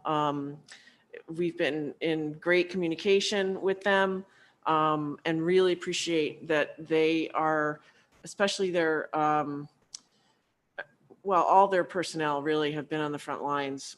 So thank you. And yes, I think this legislature had a bipartisan commitment to property tax relief that I suspect the next one will try mightily to protect. So I hope that's the case. So without any further questions for Ms. Dufour, I'm going to switch to the county government. And I want to say that I misspoke when I introduced these folks. We do have two representatives. One of the president is of the County Commissioners Association, and another one who is representing the Maine Association of County Clerks and Administrators and Managers. And Carrie Kipfer, if I understand correctly, you would like to go first in that, and then we'll have Mr. Gordon second. Is that correct? Yes, please. Wonderful. Ms. Kipfer, the floor is yours. Thank you, Senator Breen, Representative Gattine, and the members of the committee. My name is Carrie Kipfer, and I am the County Administrator for Lincoln County and a representative of the Maine Association of County Clerks, Administrators, and Managers. And thank you for allowing me to provide information to you today.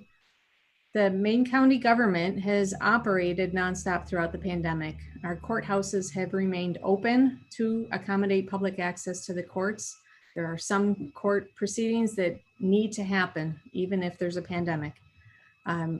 We've addressed our jail inmate population to decrease the numbers in custody and to lessen the exposure to those who cannot be released and to keep our corrections officers safe. However, some counties have had hazard pay expenses when exposure has occurred, as you've also experienced at DOC. Our sheriff's offices and 911 dispatchers have been providing essential services to their communities while managing potential exposure to first responders. Some counties are experiencing an unexpected increase in real estate transfer tax revenue. Maine's real estate market is experiencing an increase in demand as people relocate to our state from more densely populated states. And even though we only retain 10% of the transfer tax, this increase will still have a positive impact on our budgets.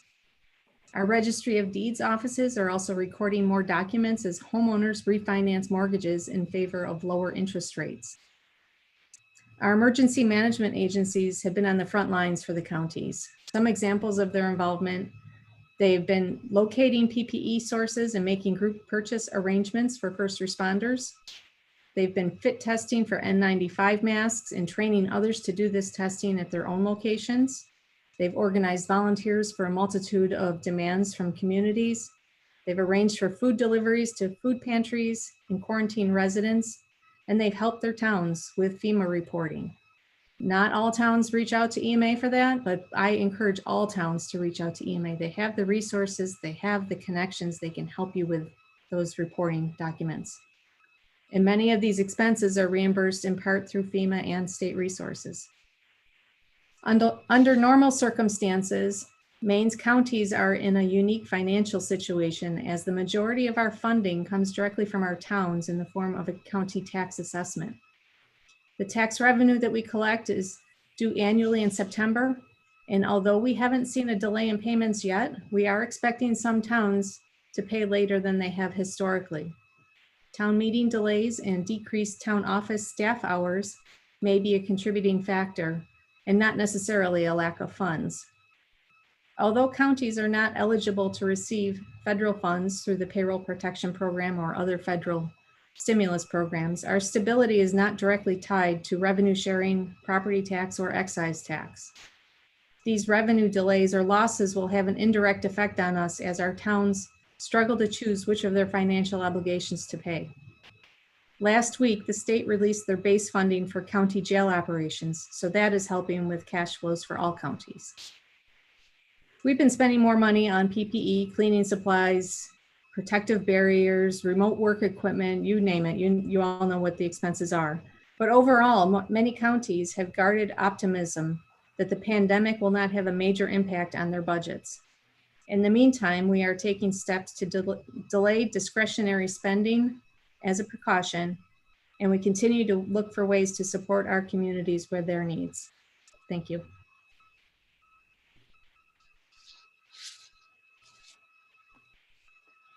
Thank you, Ms. Kipfer. If I'm correct, we don't have a written copy of your remarks in our packet at this point. So if you wouldn't mind emailing them to Maureen Dawson, yes, she can make sure that we have a hard copy in our folders and electronic, actually. So before we move on, any questions for Ms. Kipfer from anyone any members of the committee? Not seeing any in the room or outside of the room. But we might swing back to you. So next will be Stephen Gordon. I hope I'm said it. I tried 2 different ways, so maybe I got it right. Yeah, one of those is From- right. Thank you. President of the Maine County Commissioners Association. Madam Chair, Senator Catherine Breen, and Chairman Representative Andrew Gattin, and members of the Appropriation and Finance Committee. Good afternoon, and thank you for the opportunity to speak on the COVID-19 matter as it affects counties.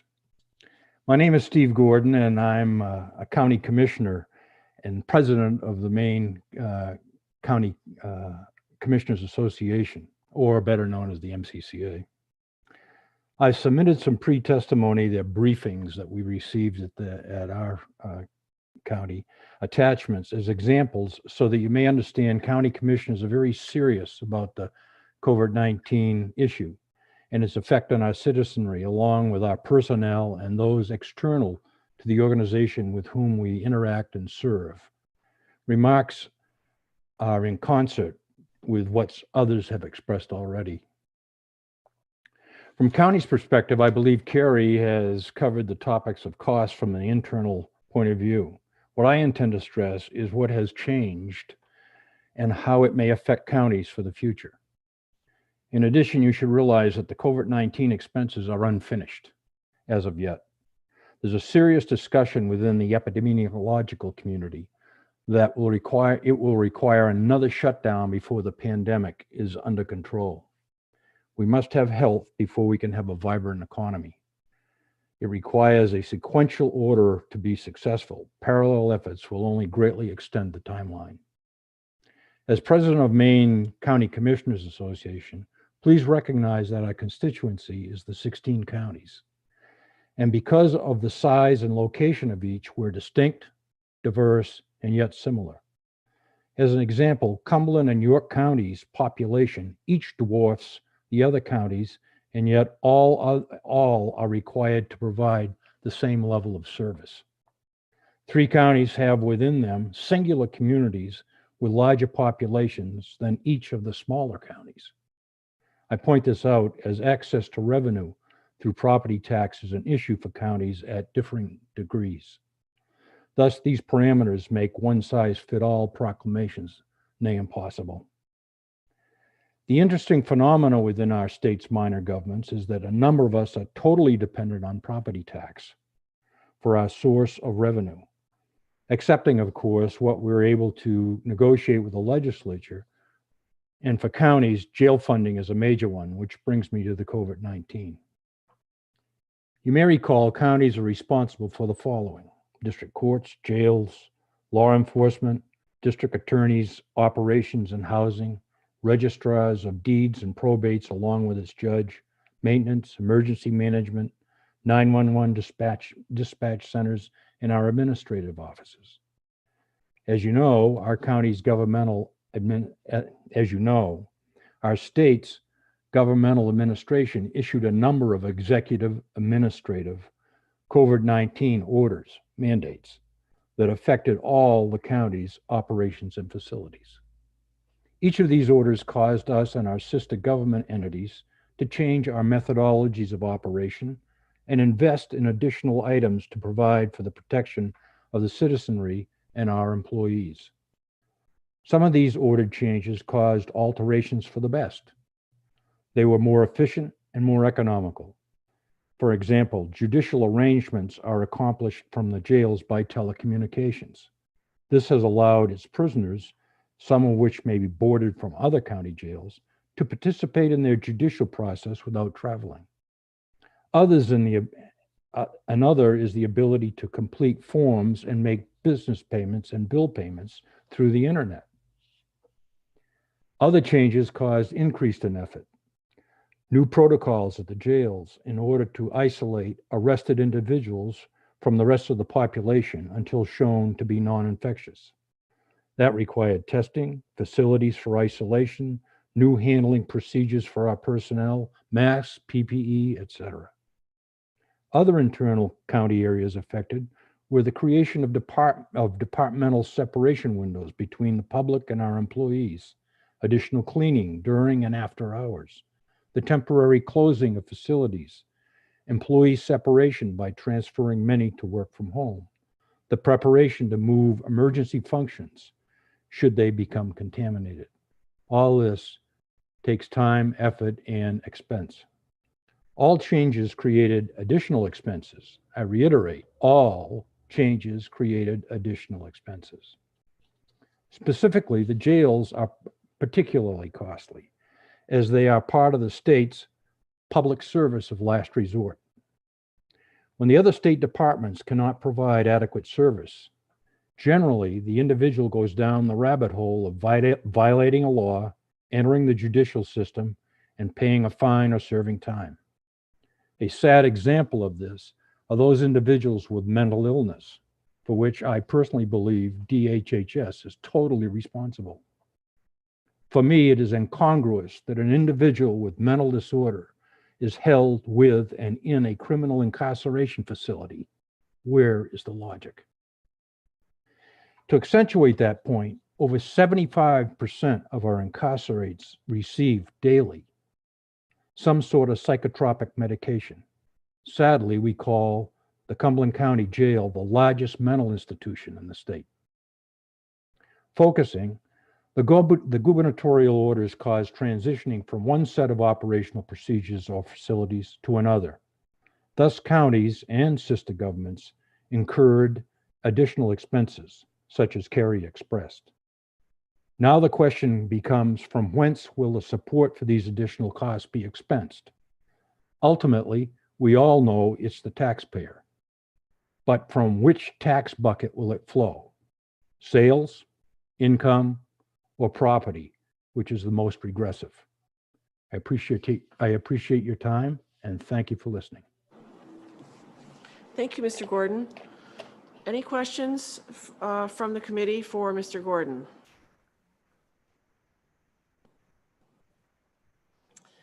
Not seeing any at the moment. Thank you. Stick with us in case we need to come back. Next would be Dean Staffieri, who's the president of the Maine Service Employees Association. Thank you for being with us. Thank you. You did a great job of pronouncing my name. It was perfect. Well, thank you. Well done.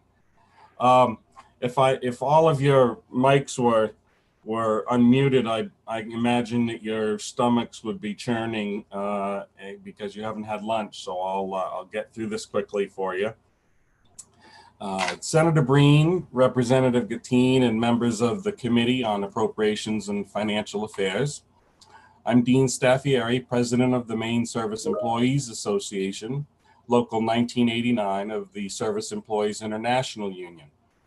I'm here today to give you a bit of insight into what public sector employees have been facing during the COVID-19 outbreak.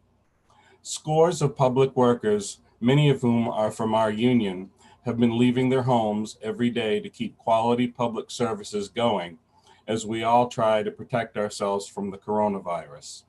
They include emergency responders at agencies like the Maine Department of Public Safety, the Maine Forest Service, and Maine Emergency Management Agency, and workers at the state psychiatric hospitals, courthouses, jails, and prisons.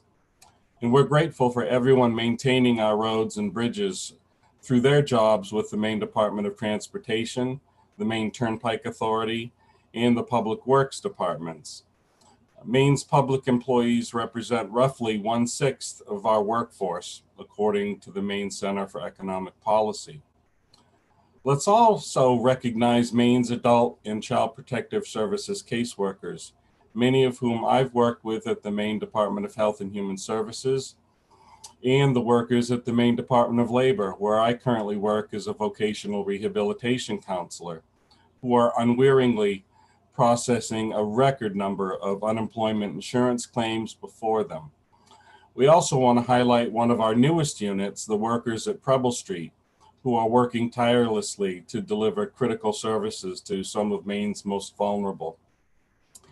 These are trying times for all. A number of the folks we represent have been exposed or contracted COVID-19 while working. Others have faced uncertainty about quarantining and are facing challenges around lack of testing and potential exposure of their loved ones. According to the Maine Center for Economic Policy, between June 21st and July 11th, the state paid an average of 90,000 unemployment claims each week. With so many Mainers unable to work, the need to make sure our state and local services are there for all Maine people has increased exponentially. More and more Mainers are counting on services provided by state and local governments, yet the staggering job losses and reduced economic activity are threatening the ability of states and local governments to serve their communities. I know from my 29 years of work for the Maine state government that much of Maine's public service structure was fragile before the pandemic. And while steps have been taken to rebuild some services, particularly the public health nursing program and Maine's DHHS Office of Child and Family Services, workloads for many frontline workers remain impossible. There aren't enough workers given the complexity and requirements and stress of their jobs. With the pandemic and the resulting economic crisis showing public workers are essential in keeping families and communities going, I'm concerned that without action, the services so many Mainers count on and public services could be at risk.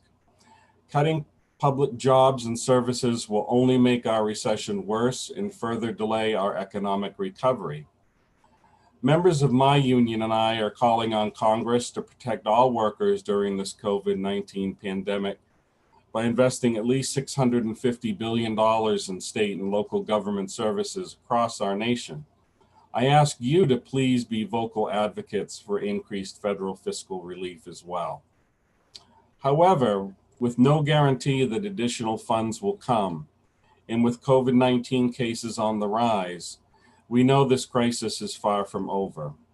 It's essential that public services that you expect and mandate remain fully funded and that workers are protected. These services that you, as a legislature, have decided as recent as the last year or two are vital to the health and safety of Maine citizens. I had hoped that Nicholas Richard, who is a code enforcement officer for the city of Lewiston, could be with us to share his thoughts, but his job required him to be working, so he asked if I could briefly share what he had to say. So I'll give it a shot. Lewiston City and school leaders are working hard to maintain quality local services during the COVID-19 pandemic. These efforts come with a cost, though. 12 municipal positions, including police officers, a fire inspector, and public works employees are staying vacant. The city is counting on federal coronavirus funding and budget cuts to avoid up to 6 layoffs.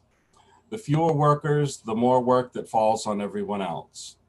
The members of my union chapter, Local 5 of Maine Service Employees Association, SEIU Local 1989, work for both the city and school departments. We're proud and honored to serve everyone in our great city. We appreciate the determined efforts of our city and school leaders to get through this pandemic with as little harm as possible. We have adapted how we do business on very short notice to protect ourselves and our citizens.